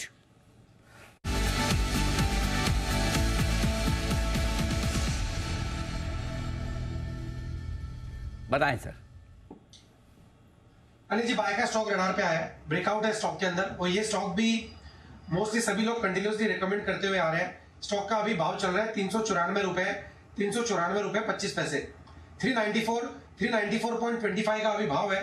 स्टॉक का नाम है कोल इंडिया। कोल इंडिया के अंदर ब्रेकआउट मूव देखने को मिल रहा है, कंटिन्यूस एक तेजी के ट्रेंड में है, वन वे अप मूव देखने को मिल रहा है, बीच में छोटा मोटा 2-4 दिनों का डिप आता है, फिर वापस से ऊपर का मूव रिज्यूम करता है। अब की बारी लग रहा है ये 400 का लेवल क्रॉस करने को तैयार है। खरीदारी करें, जिन्होंने ले रखा है होल्ड करें। 385 387 ये स्टॉक का नीचे में सपोर्ट बनेगा, तो 387 के नीचे का स्टॉप लॉस लगा के कोल इंडिया में खरीदारी करके चलने का सलाह रहेगा। ऊपर में पहला टारगेट 404 रुपए का, दूसरा टारगेट 411 रुपए का। खरीदारी करें कोल इंडिया। कोल इंडिया में करें खरीदारी, 404 और 411 के टारगेट के लिए करनी है खरीदारी। ये है आपके लिए एक्शन भरपूर बनता है। और सरकारी कंपनी में कहीं भी कामकाज ठंडा होने का नाम नहीं। हर रोज टॉप गेनर में आपके 10 में से 5 तो सरकारी कंपनी को मिल ही जाएंगे कहीं कहीं। आइए इस बीच बढ़ते आगे। अल्ट्राटेक सीमेंट, इसने अपनी तीसरी तिमाही का अपडेट जारी किया है। इस अपडेट से क्या समझा जाए और साथ ही सीमेंट सेक्टर के लिए किस तरह के संकेत मिल रहे हैं जान लेते हैं। अरमान हमारे साथ है। अरमान 2.5% नीचे है स्टॉक। यस पर यहाँ पर सर जो अपडेट्स अगर आप बात करें तो अपडेट्स कंपैरेटिवली यहाँ पर अच्छे आते हुए दिखे हैं। वॉल्यूम्स की स्पेसिफिकली बात करें कि कंसोलिडेटेड सेल्स वॉल्यूम्स जो हैं यहाँ पर आपको क्यू देखें या फिर वाई देखें, दोनों में आपको बढ़ोतरी आती हुई दिखी है। ओवरऑल सेल्स वॉल्यूम में 2% क्यू बढ़त आती हुई दिखी है। वाई की बात करें 6% बढ़त आती हुई दिखी है। उसी के साथ साथ डोमेस्टिक की अगर आप बात करें, सेल्स जो डोमेस्टिक है वहाँ पर भी आपको क्यू और वाई वहाँ पर भी बढ़त दिख रही है, जिसमें आप 2% क्यू बढ़कर आते हुए दिखे हैं, 5% वहाँ पर भी ग्रोथ दिख रही है। ग्रे सीमेंट यहाँ पर भी आपको डोमेस्टिक या ओवरसीज दोनों जगह अगर आप देखें तो बढ़िया ग्रोथ आती हुई दिख रही है आपको ग्रे सीमेंट में। अगर आप डोमेस्टिक में तो हालांकि अगर आप देखिए वाई 5% की बढ़त है, पर ओवरसीज में क्यू और वाई दोनों में बढ़िया बढ़त आती हुई दिखी है। 17% और 20% की बढ़त आती हुई दिखी है। सिर्फ अगर आप सीमेंट एक्सपोर्ट की बात करेंगे तो उसका कंपैरिजन की बात करें तो उसमें भी एक्सपोर्ट में अगर आप बात करें जहां पर क्यू की अगर कंपैरिजन करें तो वहां पर आपको 12% की गिरावट है। बाकी सभी पैमानों पर आपको वॉल्यूम्स में क्यू और वाई आपको बढ़ाती हुई दिखी है। अब अगर आप देखें अपडेट कुछ दिन पहले यहाँ पर जेफरीज का नोट भी आता हुआ दिखा था, उन्होंने बताया था कि दिसंबर की अगर आप कुल बात करें तो 1 से 2% के आसपास सभी क्षेत्र में भाव गिरते हुए दिखे थे। पर उसी के साथ साथ उन्होंने ये अपडेट भी दिया था कि ये जनवरी का जो तीसरा जो हफ्ता होगा उससे, क्योंकि ये सीजन वापस से चालू हो जाएगा और जो डिमांड है उसका पिकअप होने के चलते जो प्राइसेस में थोड़ी बहुत गिरावट आई है वहां पे से आपको रिवर्सल आता हुआ दिखेगा और बढ़िया प्राइसेस जो हैं वो यहाँ पर सस्टेन होती हुई दिखेंगी।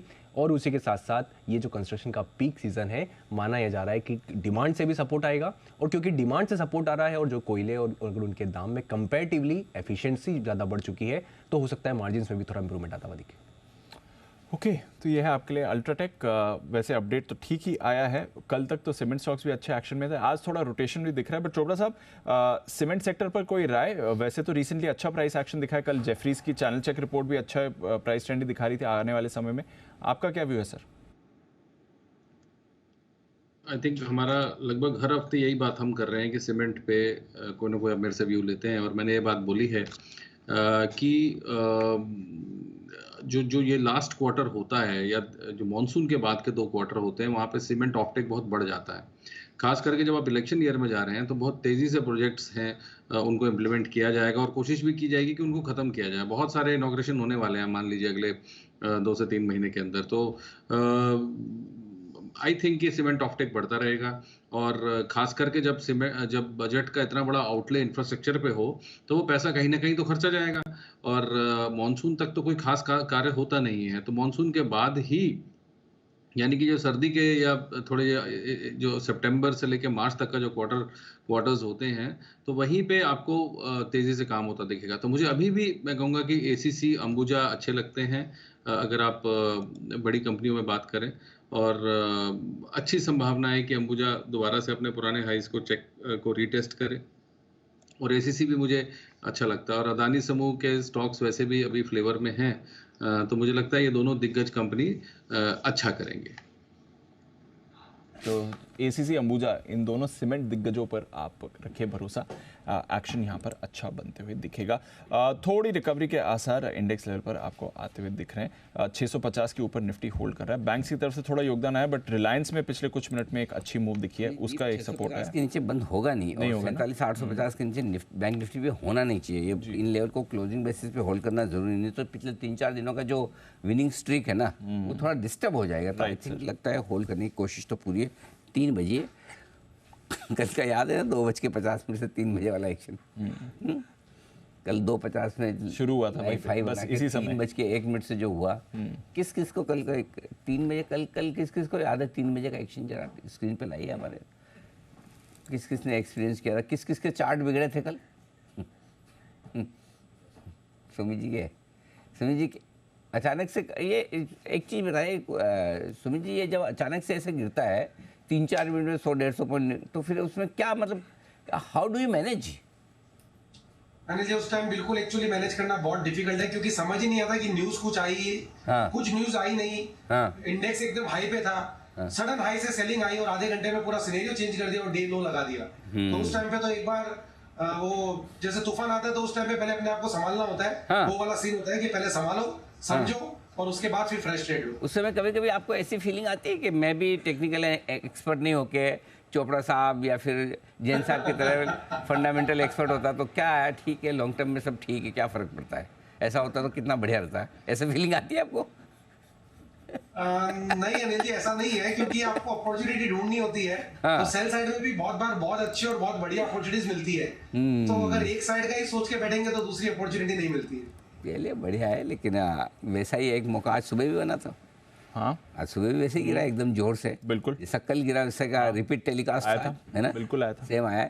लेकिन कल जो गिरा था रिकवरी हुई थोड़ी, आज रिकवरी फिर से होती हुई दिख रही, वापस से 21,650 के ऊपर बंद होने की कोशिश। हालांकि ये सब कुछ तब हो रहा है जब डाउ फ्यूचर जो 100 पॉइंट ऊपर था, अब घटकर 40 पॉइंट ही रह गया ऊपर, तो डाउ फ्यूचर्स उतना मजबूत नहीं है, लेकिन बाकी जगह थोड़ी बहुत खरीदारी के संकेत आपके लिए आते हुए जरूर दिख रहे। तो हल्की फुल्की खरीदारी के संकेत आपके लिए। आइए बिल्कुल हिमांशु जी के लिए हिटमैन हिमांशु।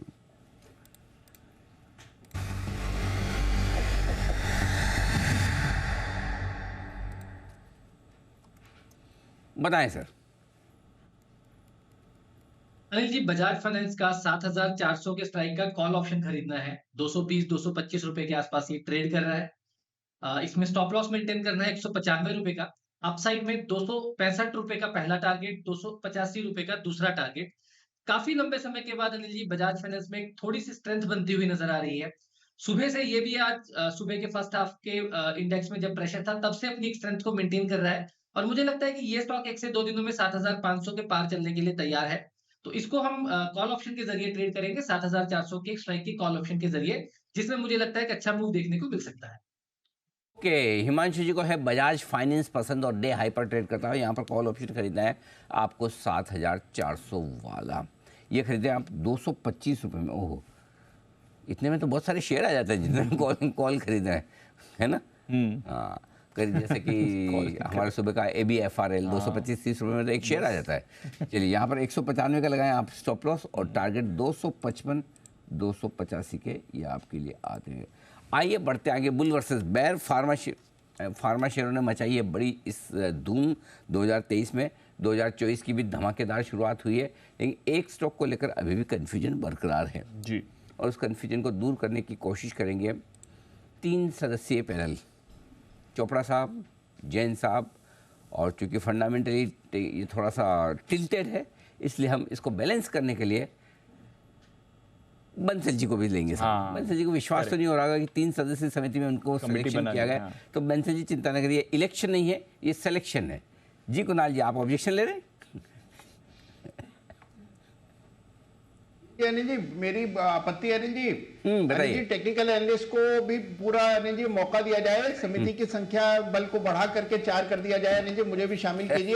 और अनिल जी अगर कमेटी बन रही है और उसमें चाय और पकौड़े अनिल जी जैसे MPC की कमेटी में आते हैं, वैसा हो तो अनिल जी मुझे मत भूलिएगा किसी भी कमेटी में। किसी भी विषय पर कमेटी हो अनिल जी, मैं सदस्य बनने के लिए तैयार। ये ऐसी कमेटी है जिसमें आपको ताजा हवा खाने को मिलेगी। आइए पहले समझ लें और कौन सा स्टॉक है जिसको लेकर कमेटी बनाई गई है।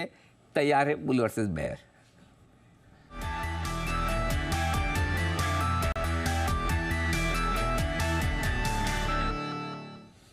आइए, नुपुर और कुशल दोनों हमारे साथ तैयार है और स्टॉक है बायोकॉन।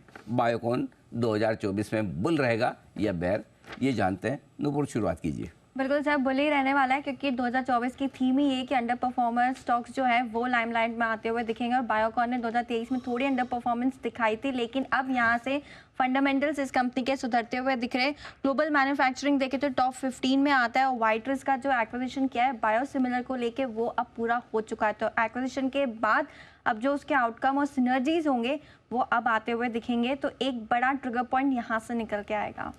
देखिए, ट्रिगर पॉइंट तो कब से निकल रहे हैं नूपुर। इनफैक्ट मैं तो हिस्ट्री रिपीट इटसेल्फ के हिसाब पे ही जाऊंगा क्योंकि YTD अंडर परफॉर्मेंस रही है। फार्मा इंडेक्स 35% बढ़ गया, निफ्टी 19% बढ़ गया, बट बायोकॉन YTD 5% का अंडर परफॉर्मेंस दिखाता हुआ नजर आया है। तो कब रिवर्सल होगा वो मेरे को समझ नहीं आ रहा है। बट ऑफकोर्स वियात्रिस बायोसिमिलर बिजनेस का जो इन्होंने अधिग्रहण किया है उसमें भारी भरकम कर्ज भी लिया था इन्होंने और कर्ज की जो चिंता है वो करीबन 18,250 करोड़ रुपए की है। तो अब ये कर्ज कब घटेगा, कब इनकी परफॉर्मेंस आएगी, मुझे तो बड़ी चिंता हो रही है।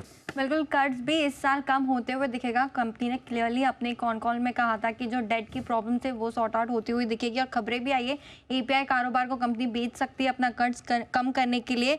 और बड़े 3 पॉइंट्स आपको ध्यान रखने हैं। पहला, सिंजीन जो कंपनी की सब्सिडी है उसकी ग्रोथ में कोई प्रॉब्लम नहीं है, रिसर्च एंड डेवलपमेंट में कोई प्रॉब्लम नहीं है, उसकी ग्रोथ बनी हुई रहेगी। दूसरी, कंपनी ने जोइटिस के साथ एक पार्टनरशिप की है, उसका भी सिनर्जी बेनिफिट्स इस साल आपको आते हुए दिखेंगे। तो वाइट्रिस, सिंजीन और जोइटिस तीनों की एक्विजिशन और जो पार्टनरशिप है उसका बेनिफिट आपको इस साल दिखेगा।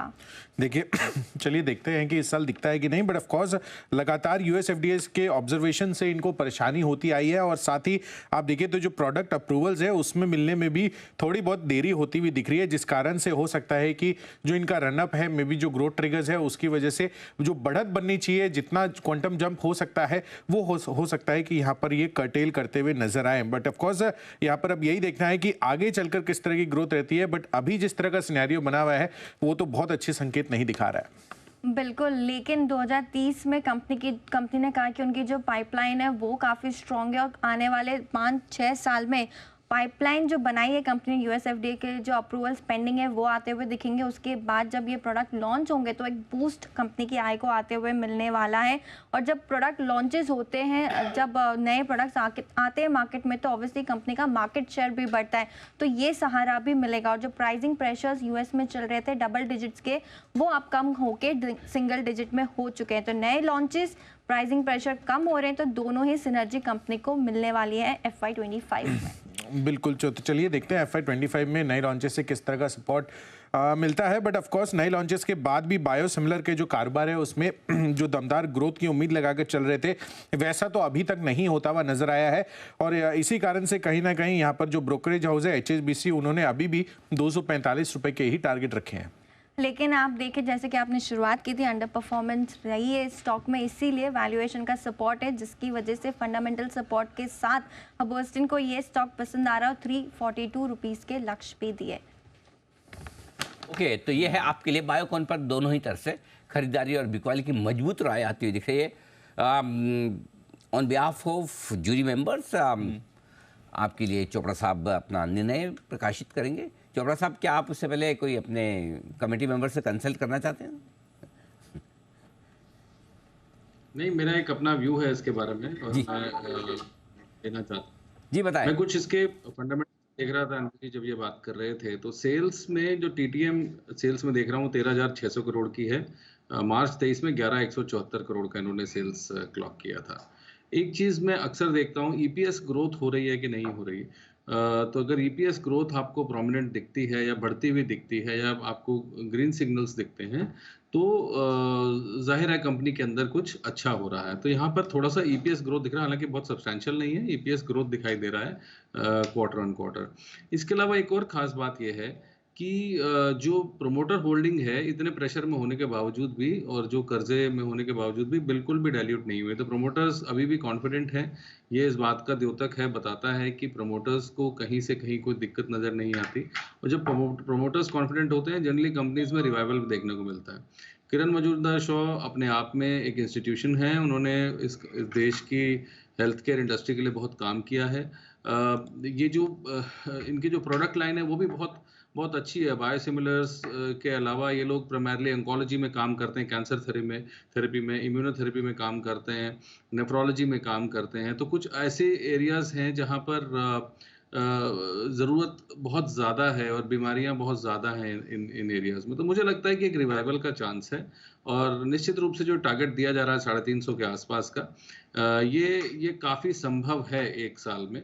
और अगर EPS ग्रोथ आती रही और सेल्स ग्रोथ बढ़ती रही और अगर ये अपना डेट रेजोल्यूशन अच्छे से डेट रेजोल्यूशन मीन्स अपना कर्जा कम कर सके, तो मुझे लगता है कि अच्छा काम करना चाहिए। और डायबिटीज़ में भी ये लोग काम करते हैं, इंसुलिन्स बनाते हैं, ग्लार्जिन बनाते हैं, तो काफ़ी अच्छे थेरेप्यूटिक एरियाज में ये हैं। तो चांसेस हैं कि क्योंकि अब जब मार्केट अपने हाईस पे हैं तो कई बार जो पैसा है रोटेट होता है कंजर्वेटिव सेक्टर्स की तरफ। फार्मास्यूटिकल एक कंजर्वेटिव सेक्टर है और बायोकॉन नो डाउट एक लैगार्ड रहा है, मगर ये आउट नहीं हुआ है गेम से, अभी भी जमा हुआ है और सेल्स ग्रोथ और EPS ग्रोथ दिखा रहा है। तो मुझे लगता है कि ये 340-42 का जो टारगेट है वो संभव है। ओके, 340-42 का टारगेट जो दिया गया है बायोकॉन के लिए संभव है। लेकिन आप लोगों ने बहुत सारी फिल्में भी देखी होगी, कुछ लोग ऐसे सौभाग्यशाली रहे होंगे जिन्होंने कोर्ट रूम में जाके वो भी देखा होगा कि केस वेस चल रहा है, जो मतलब वो किया जाता है, सवाल जवाब बहस वगैरह, तो जो पक्ष में है वो भी वकील अपनी तरफ देता है, विपक्ष वाला भी देता है, फिर जज साहब फैसला सुनाते हैं। तो जज साहब हमारे चोपड़ा साहब, पक्ष में वकील कौन थे? नूपुर, विपक्ष में हमारे कुशल। पहला केस ऐसा मैंने आज देखा जिसमें वकील से ज्यादा जज साहब ने फेवर किया है। ऐसा केस किसको लगा? जैसा लगा आपको? नहीं, वो एक्चुअली क्या बोलूं, अभी मैं चोपड़ा साहब को बायोकॉन अच्छा लग रहा था वो, इसलिए उन्होंने इनफैक्ट वैसे बोला। बट दोनों चीजें हैं, मैं भी हमेशा कंफ्यूज रहता हूं। बट एक चीज है कि रिस्क रिवॉर्ड रेशियो के हिसाब से बढ़िया लग रहा है। Pharma as a sector is doing well, कुछ इनके मार्जिन इंप्रूव हुए हैं, top line highest ever sales पे बैठी है। और कई बार फार्मा स्टॉक्स को देखे तो आपको सेल्स के प्राइस टू सेल्स का रेशियो भी देखा जाता है। डेट्स को रिड्यूस करने के प्लान चल रहे हैं। बायोसिमिलर्स स्टोरीज बहुत सारी है और सर्टेनली जो चोपड़ा जी ने कहा कि मैनेजमेंट की क्वालिटी और ये सब पे तो कोई बात ही नहीं है. So let's see, but yes it's an under performer और debts is a big question mark. तो मैं थोड़ा सा फिर भी पलड़ा मेरा बुल की तरफ भारी है because of the risk reward ratios and the pharma stocks are doing well and चीजें इंप्रूव हो रही है उसको देखते हुए, क्योंकि सितंबर का क्वार्टरली रिजल्ट्स भी ठीक ही था लास्ट सितंबर के मुकाबले एंड दिसंबर के मुकाबले. ओके, तो ये है आपके लिए बिल्कुल बायोकॉन पर आए. बंसल जी, आप कुछ कहना चाहते हैं या सुनकर काफ़ी है? नहीं अनिल जी, मेरा बड़ा neat clean clear Anil ji one sided view है, बड़ा स्ट्रांग व्यू है. Worst is over for the Biocon Anil ji. नीचे में 215 220 एक अच्छा बेस है. अगले 12-18 महीने अनिल जी इन लेवल्स के नीचे जाता नहीं लग रहा है. एंड गोइंग एट अगले 18 महीने का टारगेट है 450 प्लस का. तो क्लियर कट एक बड़ा री रेटिंग का कैंडिडेट है बायोकॉन. कुणाल जी, न चाय है न पकौड़े है, उसके बावजूद अगर आपको अपनी राय देनी है तो आपकी मर्जी. इनफैक्ट मैंने ये देखा अनिल जी, इस कमेटी में कोई अध्यक्ष नहीं था, तो अनिल जी अध्यक्ष का पद रिक्त है, अगर आप चाहें तो मैं भर सकता हूं. पर वैसे अनिल जी देखिए, ओवरऑल अगर आप देखें तो मैं बंसल जी की राय से पूरी तरह सहमत हूं. मुझे लगता है कि एक बॉटम बन चुका है, बड़ा शानदार बेस बना हुआ है. ये समय लेगा लेकिन पेशेंस टेस्ट करेगा आपका, तो थोड़ा इसके साथ पेशेंट हो तो मुझे लगता है कि साल 1.5 साल में ये मार्केट आउट परफॉर्मर साबित. बहुत ही बढ़िया. तो सारे कमेटी मेंबर पूरी कुछ बायस्ड कमेटी, हाँ पूरी तरह से एकदम चोपड़ा साहब के साथ है कमेटी मेंबर. लेकिन जो आप अध्यक्ष बनना चाहते हैं, कमेटी बस एक ही काम के लिए बनाई गई थी. कमेटी का समय समाप्त हुआ. अगले बुल वर्सेस बेयर के लिए नई कमेटी बनाई जाएगी. अभी आप आराम से स्वतंत्र हैं अपने अपने काम के लिए. आइए बढ़ते आगे, और अब वक्त है आपके लिए एक बिगुल का. मेरे ख्याल से सुदीप जी के लिए एक बिगुल की जरूरत है, या BTS double T.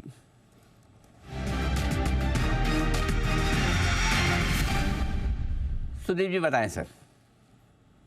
Anil ji, एक मिड कैप स्टॉक है JTL इंडस्ट्रीज. पिछले कुछ दिनों से मोमेंटम में भी था, फिर एक कंसोलिडेशन का फेज आया और आज हमने देखा है कि पिछले 5-6 दिन का जो कंसोलिडेशन था उसमें से स्टॉक ने आज ब्रेकआउट दिया है वॉल्यूम्स के साथ. तो यहाँ पे JTL इंडस्ट्रीज में ऑलमोस्ट अपने पुराने मल्टीपल टॉप के करीब आ चुका है, 247 248 के आसपास. मुझे लग रहा है यहाँ से खरीदारी करी जा सकती है. डेली वीकली मंथली सभी टाइम फ्रेम पे स्ट्रक्चर्स एकदम पॉजिटिव है. तो 242 के स्टॉप लॉस से 253 के टारगेट के लिए JTL इंडस्ट्रीज खरीदने की राय रहेगी मेरी 2 से 3 दिन के समय अवधि के लिए. ओके, बढ़ते आगे, और एक बिगुल सुमित जी के लिए. सुमित का सुपर हिट.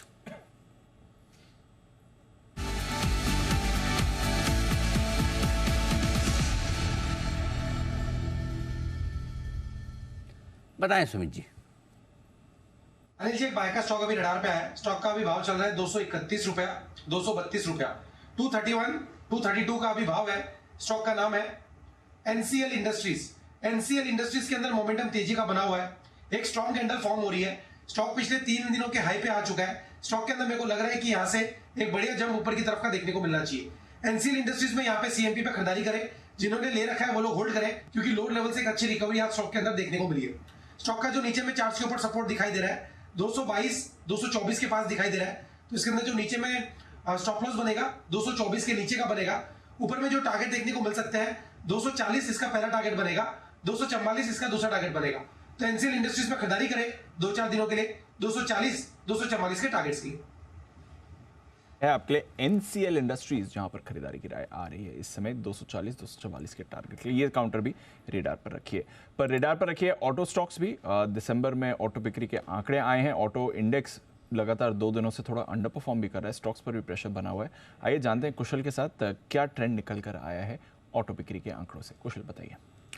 बिल्कुल दीप, आप देखिए मेजॉरिटी ऑटो कंपनियों के नंबर्स आ चुके हैं, दिसंबर महीने के ऑटो बिक्री आंकड़े, और लार्जली जो नंबर्स हैं जितने अनुमान थे उसके हिसाब से थोड़ी सी कमज़ोरी के साइड पर ही देखने को मिले, और इसी वजह से शायद ये परफॉर्मेंस आपको इंडेक्स लेवल पर भी आती हुई दिख रही है. हालांकि पैसेंजर व्हीकल्स में टाटा मोटर्स का बढ़िया प्रदर्शन रहा है. साथ ही TVS मोटर्स ने भी जो 2 व्हीलर का हमने अनुमान लगाया था उसके मुताबिक ही प्रदर्शन आता हुआ दिख रहा है. इनफैक्ट ट्रैक्टर सेगमेंट यहाँ पर बिक्री काफ़ी सुस्त रही थी और जितना अनुमान था 1-2% तक की गिरावट का, उसके मुकाबले काफ़ी हेवी कट यहाँ पर आते हुए दिखे हैं वाई बेसिस पर। इनफैक्ट सभी सेगमेंट्स की तुलना में सीवी सेगमेंट ने थोड़ा बहुत आउट परफॉर्मेंस दिखाई है, बट जो जंप होना चाहिए, जो एक्सपेक्टेशंस थी वैसी नहीं है। Tata Motors better than estimate numbers commercial vehicle space में आया है और यहाँ पर जो इनफैक्ट डोमेस्टिक पैसेंजर व्हीकल्स में भी इन्होंने आउट परफॉर्म किया है।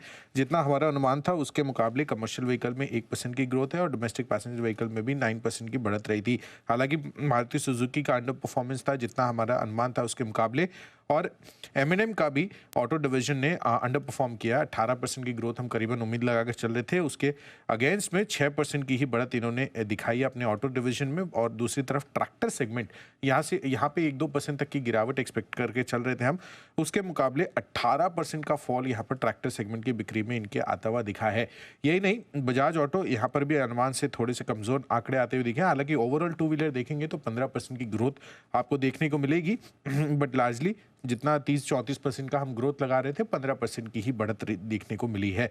Eicher Motors VECV segment of course better than estimate numbers यहाँ पर इन्होंने पोस्ट किए हैं। तो कमर्शियल व्हीकल्स में दोनों ही टाटा मोटर्स और VECV ने अच्छा परफॉर्म किया है, तो 11% की ग्रोथ यहाँ पर है। पर दूसरी तरफ रॉयल एनफील्ड थोड़ा अंडर परफॉर्म करते हुए दिख रहे थे, 7% का फॉल यहाँ पर आया और इसी वजह से आज आपको आयशर मोटर्स थोड़े दबाव में है।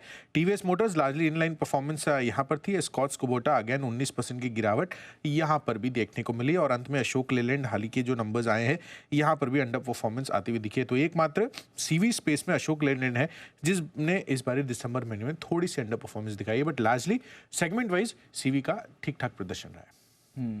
बाकी में थोड़ी आपको बाकी सेगमेंट्स में जितना एस्टिमेट्स था दीप वैसे तो नहीं आया। चोपड़ा साहब, कोई राय? लंबे समय बाद ऑटो सेल्स थोड़े अनुमान से कम रही है, डिसअपॉइंटिंग रही है, थोड़ा बाजार की वजह से भी मुनाफा वसूली दिख रही है। क्या कुछ समझना चाहिए? दिसंबर वैसे भी आखिरी महीने में थोड़ी कमी सेल्स होती है, बट उस हिसाब से भी देखें तो इस बार का ट्रेंड थोड़ा सुस्त रहा है सर।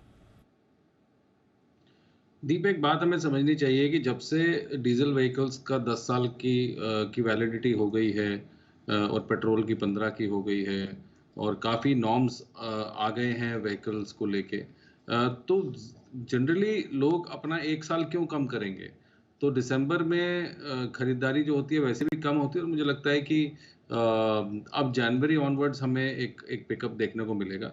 और इन सब में टाटा मोटर्स, जो मैं हमेशा बोलता रहता हूँ कि भारत का टेस्ला है और उसी की तैयारी कर रहा है भारत का टेस्ला बनने की, तो टाटा मोटर्स अभी भी बहुत अच्छा बिहेव कर रहा है और इतने ऊंचाइयां तय करने के बाद भी जो मेरा 900 का लक्ष्य मुझे लगता है वो ज़रूर आएगा।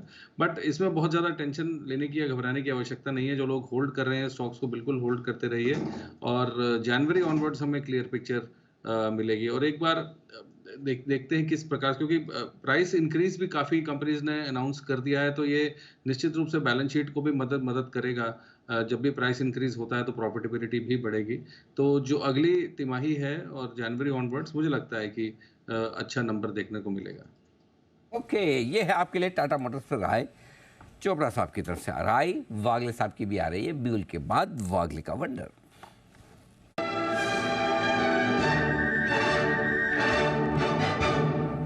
जी वागले साहब फरमाएं। अनिल जी, बैंकिंग स्पेस में वीकनेस है। इंडसइंड बैंक को एसटीबीटी करके चलना है। 1580 के लेवल अभी ब्रेक हुए हैं। 2 बैंक्स वीक है, इंडसइंड बैंक और फेडरल बैंक, दोनों में मुझे लगता है गिरावट आएगी। इंडसइंड बैंक का मेरा टारगेट 1560 का होगा, जो मुझे लगता है कल सुबह आना चाहिए। आपका स्टॉप लॉस 1587 का होना चाहिए। ये है आपके लिए इंडसइंड बैंक। यहाँ पर भी आपके लिए सेल कॉल आ रही है। बैंक निफ्टी प्रेशर और दिखा रहा है, 500-550 पॉइंट का कट इस समय आपको आते हुए दिख रहा है इस पर। चलिए यहाँ पर रखेंगे नजर। बैन से बेनिफिट, आइए इसका भी अपडेट का वक्त हो गया। कुशल है हमारे साथ तैयार।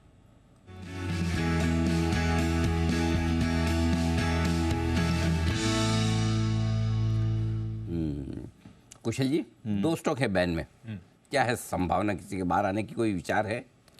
सर, बाहर आने की तो संभावना नहीं है, बट ऑफ कोर्स स्टॉक्स इसमें ऐड जरूर हो सकते हैं। ओके, तो लिस्ट वाइज अभी आपके सामने है बलरामपुर चीनी, हिंदुस्तान कॉपर, दोनों की मार्केट वाइड पोजीशन लिमिट 96-97% के आसपास है। इनफैक्ट बलरामपुर चीनी की 97% है, हिंदुस्तान कॉपर की करीबन 88% है। तो एक्सपेक्टेशंस तो नहीं है कि ये बाहर निकलेंगे, बट पॉसिबल एंट्रेंट्स में इनफैक्ट डेल्टा कॉप ऑफकोर्स लग रहा है 114% मार्केट वाइड पोजीशन लिमिट पर बैठा है। साथ ही सेल और IEX 101% और 97-98% पर IEX भी है। जील और इंडस टावर भी है 95.7 और 96.9% पर। तो ये हो सकता है कि आ भी सकते हैं, नहीं भी आ सकते हैं, बट मुझे लग रहा है कि डेल्टा कॉप, सेल और IEX ये तो आ ही जाएंगे। ये 2.5 गुना और लिस्ट बनने वाली है। डेल्टा कॉप, सेल और IEX। ये तो 100 के ऊपर हो गए।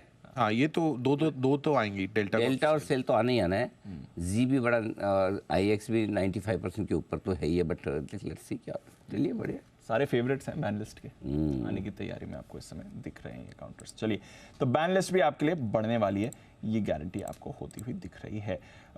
JK सीमेंट पर रखिए नज़र, पिछले कुछ मिनटों में इसमें आपको एक अच्छी खरीदारी आती हुई दिख रही है। स्टॉक थोड़ा एक्टिव होने की कोशिश कर रहा है। सीमेंट आज वैसे थोड़ा नर्म था, अब टुवर्ड्स एंड यहाँ पर आपको एक्शन दिख रहा है।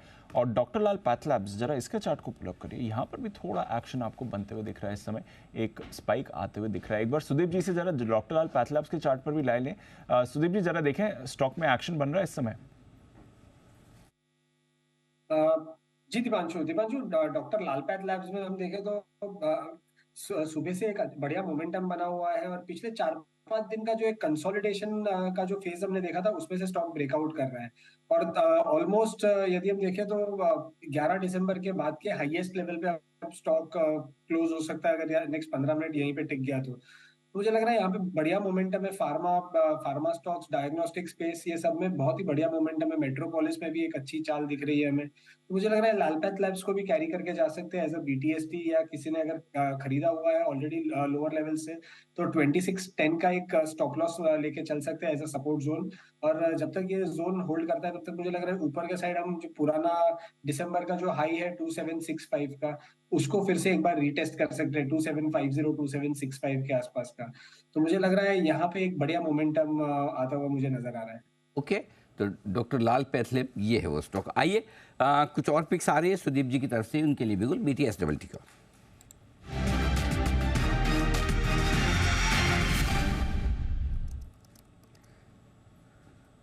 बताएं सर। अनिल जी, पहला स्टॉक है जोमैटो।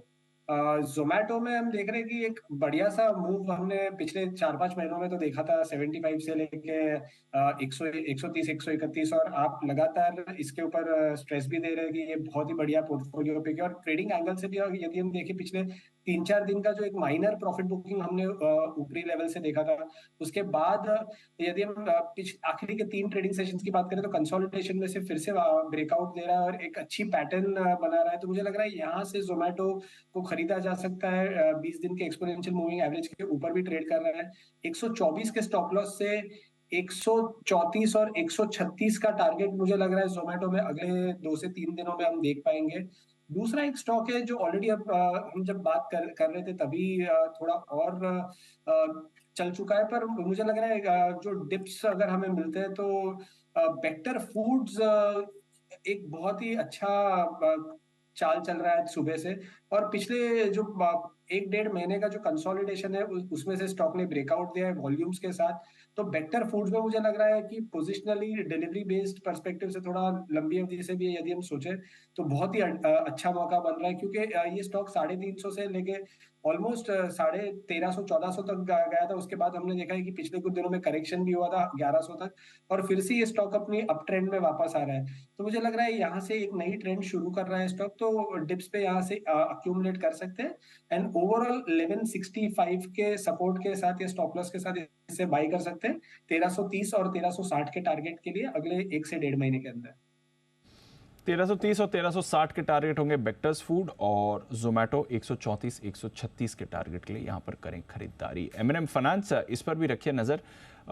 दिसंबर का अपडेट यहाँ पर आते हुए दिख रहा है, Q3 का भी अपडेट है। थोड़ी डिटेल्स आने देते हैं, फिर आपके लिए हाईलाइट भी करेंगे। तब तक आइए लेते हैं अनिल जी की आज की फाइनल मार्केट स्ट्रैटेजी।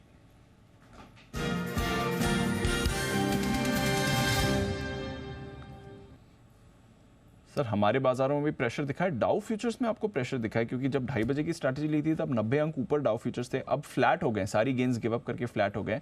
हालांकि S&P और नैस्डैक फ्यूचर्स में ऐसा कोई बिकवाली का प्रेशर नहीं आया, बट डाउ फ्यूचर्स 100 अंक ऊपर से एकदम फ्लैट आपको होते हुए दिखे, तो वहां पर थोड़ा एक्शन रखिएगा नजर। यूरोप के बाजारों में भी थोड़ा ऊपरी स्तरों से मुनाफा वसूली आई है या दबाव आया, तो थोड़ा ग्लोबल मार्केट्स भी लड़खड़ाए हैं। हमारे बाजार में तो हम देख ही रहे हैं, स्पेशली बैंक्स में प्रेशर है, क्या करके जाना चाहिए सर? दीप पोजीशन फ्रेश तो नहीं बनानी चाहिए कि देखिए निफ्टी तो अपना क्लोजिंग बेसिस पे जो उसको होल्ड करना है कर रहा है जी। आज का हमने स्टॉप लॉस भी 19,650 ही दिया था, उसके ऊपर बंद हो रहा है। बैंक निफ्टी जरूर अपने स्टॉप लॉस के नीचे बंद हो रहा है जो 48,000 है, इवन 47,850 दोनों के नीचे बंद हो रहा है। 47,725 तीसरा जो होता है स्ट्रॉन्ग सपोर्ट जोन, वहाँ जाके बंद हो रहा है, तो थोड़ा कमज़ोर तो है बैंक निफ्टी, एक शेड ज़्यादा कमज़ोर है। सो आई थिंक फ्रेश खरीदारी बिकवाली दोनों आज नहीं करनी है, ओवरनाइट रिस्क नहीं है, क्योंकि 3 दिनों बाद 4 दिनों बाद अमेरिका के बाजार ढंग से खुलेंगे, डाउ फ्यूचर्स भी वोलेटाइल थोड़े ज़्यादा हो रहे हैं, हमें देख के अमेरिका वोलेटाइल भी हो सकता है, तो बेहतर ये कि ओवरनाइट पोजीशन कम रखें। स्टॉक स्पेसिफिक ठीक है, इंडेक्स पर अगर आप लॉन्ग है 21,500 का पुट होना चाहिए, शॉर्ट है 21,800 का कॉल होना चाहिए। बैंक निफ्टी पर लॉन्ग है 47,500 का पुट रखिए, शॉर्ट है 48,000 का कॉल रखिए। ये हेजिंग के लिहाज से नई पोजीशन कल ही बनाए ना, और किसी को फिर भी कहे कि नहीं मैं तो लेके ही जाऊंगा कुछ ना कुछ पोजीशन, तो Nifty long bank Nifty short ये पेयर करके जाए तो ही करें, और हो सकता है इस पेयर में दोनों तरफ पैसे लग जाए कल भी हो सकता है। तो बेहतर है, बेस्ट सॉल्यूशन ये है कि पोजीशन ना रखें, पोजीशन नहीं रखेंगे, ठीक है सर, बढ़िया, नो प्रॉब्लम। तो ये है आपके लिए इस समय एलजी की राय, और रख रहे हैं तो फिर हेज जरूर बनाकर जाइए आप। एक दो और काउंटर्स पर बात करनी है। VST इंडस्ट्रीज, जरा इसका चार्ट पुल अप करिए, बड़ा एक्शन इस काउंटर में आपको आते दिखा है। 20% के सर्किट पर VST इंडस्ट्रीज आपको ट्रेड करते दिख रहा है। मिड डे एक बड़ी ब्लॉक डील हुई है, करीब 150 करोड़ की ये ब्लॉक डील होती हुई दिखी है, और उसके बाद से स्टॉक अपर सर्किट में है। जैन साहब जरा देखें, VST इंडस्ट्रीज ऑफकोर्स खबरें काफ़ी चल रही हैं इसको लेकर कि किसने खरीदारी करी है ब्लॉक में, बट आज ब्लॉक डील के बाद 20% के सर्किट पर है सर। देखिए, जो मैं आज शुरुआत में बोला था कि जो स्टॉक्स नहीं चले हैं, जहां पे वैल्यूएशन कंफर्ट है, रिस्क रिवॉर्ड रेशियोज अच्छे हैं, कई सेक्टर है, इस सेक्टर से VST को मैंने बहुत बार दिया हुआ है, जेम्स में भी दिया हुआ और वैसे भी डिस्कस किया, और ये स्टॉक चला ही नहीं। मतलब पूरी रैली में एक बड़ा अंडर परफॉर्मर था। इतने दिनों से स्मॉल कैप, मिड कैप, ये सारे स्टॉक्स चल रहे हैं, और VST तो देखिए बहुत ही फेमस कंपनी, और फंडामेंटल्स तो थियोरेटिकली इतने ब्यूटीफुल फंडामेंटल्स है कि कई बार अनबिलीवेबल होता है कि ये स्टॉक इतने सस्ते वैल्यूएशन पे कैसे आपको 12, 13, 15 के 20 P मल्टीपल पे मिलता है, और रिटर्न ऑन कैपिटल एम्प्लॉयड जिसका 38-39%, और राधा किशन जी दमानी जैसे दिग्गज इन्वेस्टर्स के मतलब एक फेवरेट पोर्टफोलियो में उनके बहुत बड़ी होल्डिंग है इसमें, मतलब उनकी इन्वेस्टिंग कंपनी के थ्रू भी और खुद के इंडिविजुअल होल्डिंग में भी, और गजब के फंडामेंटल्स है। प्रॉफिट के नंबर्स में सारी फंडामेंटल्स देखता हूं तो थियोरेटिकली मुझे one of the most beautiful stocks लगता है ये। और सिगरेट का स्टॉक है बोल के कई बार थोड़ा सा ये होता है कि कई लोग कई फंड है या जो ESG वाले वो लोग नहीं लेते हैं, बट ओवरऑल वजीर सुल्तान टोबैको कंपनी, हमेशा मैं VST नाम लेता हूं तो अनिल जी को याद ये जरूर आएगा, एंड बड़ी बड़ी ब्रांड्स है इनके पास भी। तो आई फील कि स्टॉक को बिल्कुल जिन्होंने लिया हुआ हमारे कहने पे वो होल्ड करके रखे, यहाँ पे और भी पोटेंशियल है ऊपर जाने का। गॉडफ्रे फिलिप्स मैंने रिसेंटली दिया था, ITC की हम काफी जिक्र कर ही रहे हैं, तो ये सारे स्टॉक्स बढ़िया लगते हैं, इन लेवल्स पे कहीं कोई दिक्कत लगती नहीं है। ओके, तो ये है आपके लिए सिगरेट स्टॉक्स अभी भी मजबूत है जहां पर आप कर सकते हैं पोजीशन होल्ड। सुमित जी के लिए बिल्कुल कैश का ऑप्शन।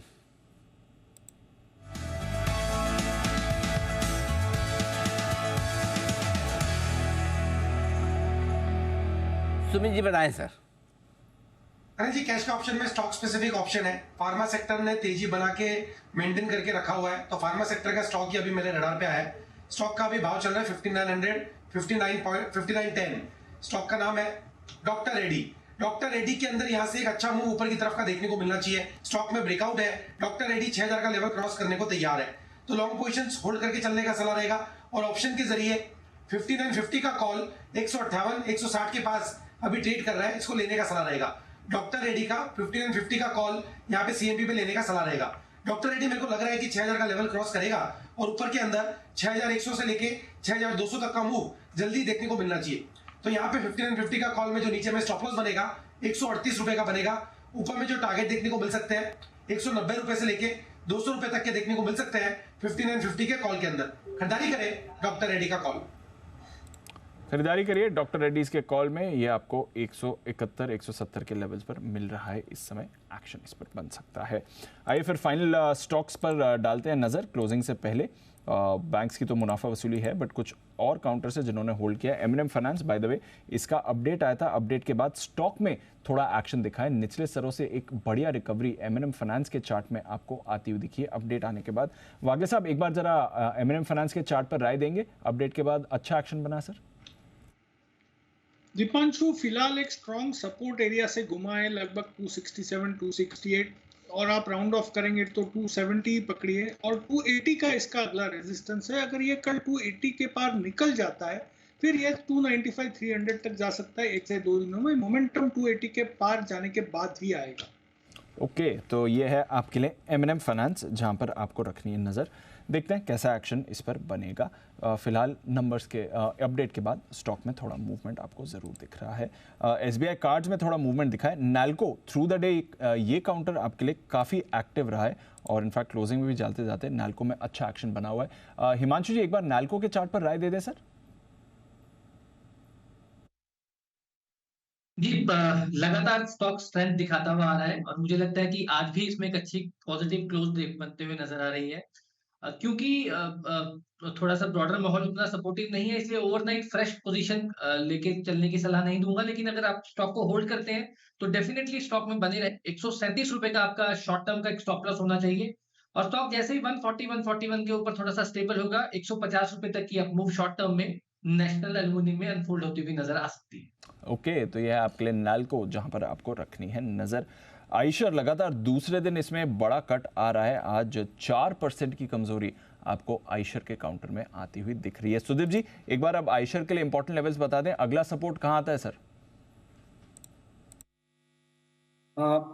दीपांशु, आइशर के लिए यदि हम देखें तो अगला सपोर्ट तकरीबन 3750 3760 के आसपास है, बिकॉज हमने देखा कि जब नवंबर में एक बड़ा मूव आया था उसके बाद 17 से लेके 30 नवंबर के बीच में स्टॉक ने यही जोन के आसपास कंसोलिडेट किया था 3750 3770, और इसी के साथ ये जोन यदि हम देखें तो नवंबर 2022 में भी एक स्विंग हाई था। तो मुझे लग रहा है ये जो जोन है 3750 3800 के आसपास का ये बैंड है, यहीं पे एक सपोर्ट है। इसके नीचे स्टॉक अपनी ट्रेजेक्टरी चेंज करके एक नया अराउंड 3550 के रेंज में आ सकता है।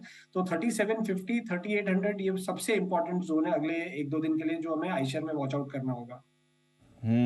तो ये है आपके लिए आइशर जहां पर आपको रखनी है नजर। 2 दिन और लगातार दूसरे दिन हम देख रहे हैं टॉप लूजर बाजार का ये रहा है। आइए फिर क्लोजिंग की तरफ बढ़ते हैं, और कल तो हमने देखा था नए हाई बनाने के बाद बाजार में मुनाफा वसूली आई थी। आज थोड़ा मूड माहौल ठीक था, बट फिर से आपने कमजोरी बनते हुए देखी है। एक सुबह वीकनेस आई और फिर सेकंड हाफ में दोबारा वीकनेस फ्रेश स्पेशली बैंक्स में दिखी। फार्मा की तरफ से आज सबसे ज्यादा सपोर्ट था, फार्मा इंडेक्स लाइफ हाई पर है, 3% ऊपर डिवीज था। सन फार्मा, सिप्ला, रेड्डीज इन सभी काउंटर्स में अच्छी खरीदारी रही। रिलायंस इंडस्ट्रीज से थोड़ा सहारा मिला, अदानी पोर्ट्स और अदानी एंटरप्राइजेस में खरीदारी थी। बजाज फाइनेंस भी आपको पॉजिटिव दिख रहा था, बजाज फिनसर्व भी ऊपर था। बट सिर्फ 15 स्टॉक्स ये निफ्टी के जो ऊपर बंद हो रहे हैं, 35 स्टॉक्स नीचे थे, जिसमें आइशर, एम&एम यहाँ पर एक बार फिर से वीकनेस आपको आती हुई दिखी है। मारुति भी आज कमजोर था, हीरो मोटोकॉर्प में भी गिरावट रही है। आईटी भी आज कमजोर होते हुए दिखाई। टीसीएस, इन्फोसिस, टेक महिंद्रा, विप्रो यहाँ पर गिरावट थी। दिग्गज बैंक्स की तरफ से प्रेशर था, कोटक बैंक टॉप लूजर था। प्राइवेट बैंक्स में आईसीआईसीआई बैंक, इंडसइंड यहाँ पर भी आपने नरमी आते हुए देखी है। जेएसडब्ल्यू स्टील यहाँ पर भी वीकनेस थी। एलएनटी और अल्ट्राटेक ये भी आपके लिए कमजोर होते हुए दिखे। वायदा कारोबार की तरफ आइए। AB fashion pick of the year 8% ऊपर ये काउंटर था, 245 का लेवल आते हुए दिख रहा है। Stock of the day Lupin यहाँ पर भी 6% की तेजी देखी है। ग्लेनमार्क, बायोकॉन बढ़िया खरीदारी इन काउंटर्स में भी आई। मेट्रोपोलिस, डॉक्टर लाल डायग्नोस्टिक स्पेस से ये स्टॉक्स भी काफी एक्टिव थे। डेल्टा कॉर्प लगातार दूसरे दिन यहाँ पर खरीदारी आ रही है। इसके साथ ही Oracle financial, NMDC, Gujarat gas, IGL, MGL, Abbott, coal India, Nalco, BHEL ये सारे स्टॉक्स भी बढ़िया मोमेंटम में रहे। Weakness Vodafone, AU small finance bank, federal bank, Ashok Leyland, Coforge, Escorts, Balrampur Chini, Bata और साथ ही आईडीएफसी फर्स्ट बैंक में रही है। तो थोड़ा ऑटोज अनिल जी लगातार 2 दिन से प्रेशर डाल रहे हैं। आज कुछ और सेक्टर्स ने भी योगदान दिया, बट उसके सामने फार्मा की तरफ से अच्छी खरीदारी आ रही है। बिल्कुल दीप, तो आज फार्मा शेयरों की सेहत ठीक रही और उसने बाजार की सेहत भी ठीक ठाक रखी है, ये आप कह सकते हैं। लेकिन सेहत निफ्टी की इतनी खराब नहीं थी, बैंक निफ्टी की ज़्यादा खराब रही। डे लोज पर बैंक निफ्टी बंद होता हुआ दिखा, जबकि निफ्टी अपने डे लोज से करीबन 100 पॉइंट की रिकवरी के साथ बंद हुआ। फाइनल क्लोजिंग आपके सामने आती हुई दिख रही 21,665, 76 अंकों का नुकसान निफ्टी पर, 47,761, 475 पॉइंट का नुकसान बैंक निफ्टी पर, 380 पॉइंट का नुकसान सेंसेक्स पर, 71,892 पर। मिड कैप इंडेक्स 82 पॉइंट के नुकसान के साथ, तो स्मॉल कैप इंडेक्स 35 अंकों के नुकसान के साथ हल्की फुल्की गिरावट। अच्छी बात दीप ये है कि आज भी बीएसई पर बढ़ने वाले शेयर 2180 और कमजोर 1900 है, यानी बढ़ने वाली ज़्यादा रहे, और एनएससी पर 1060 शेयर मजबूत है तो 1235 शेयर कमजोर। यहाँ मामला थोड़ा सा अलग दिखा। चलिए, कुल मिलाकर ये है आज का पूरा सेशन। कुणाल जी, राकेश जी, वागले साहब और सुनील जी का बहुत बहुत धन्यवाद। हिमांशु जी और जैन साहब का शुक्रिया। सुदीप शाह साहब और विजय चोपड़ा साहब का भी दिल से आभार हमें समय देने के लिए। डाउ फ्यूचर्स 3 पॉइंट ऊपर, नैस्डैक फ्यूचर्स 27 पॉइंट नीचे। साल का पहला ट्रेडिंग सेशन अमेरिका में भी रहेगा बेहद इंटरेस्टिंग, और उसको लेकर कल सुबह आपसे होगी हमारी मुलाकात। मुझे दीप को इजाज़त दीजिए।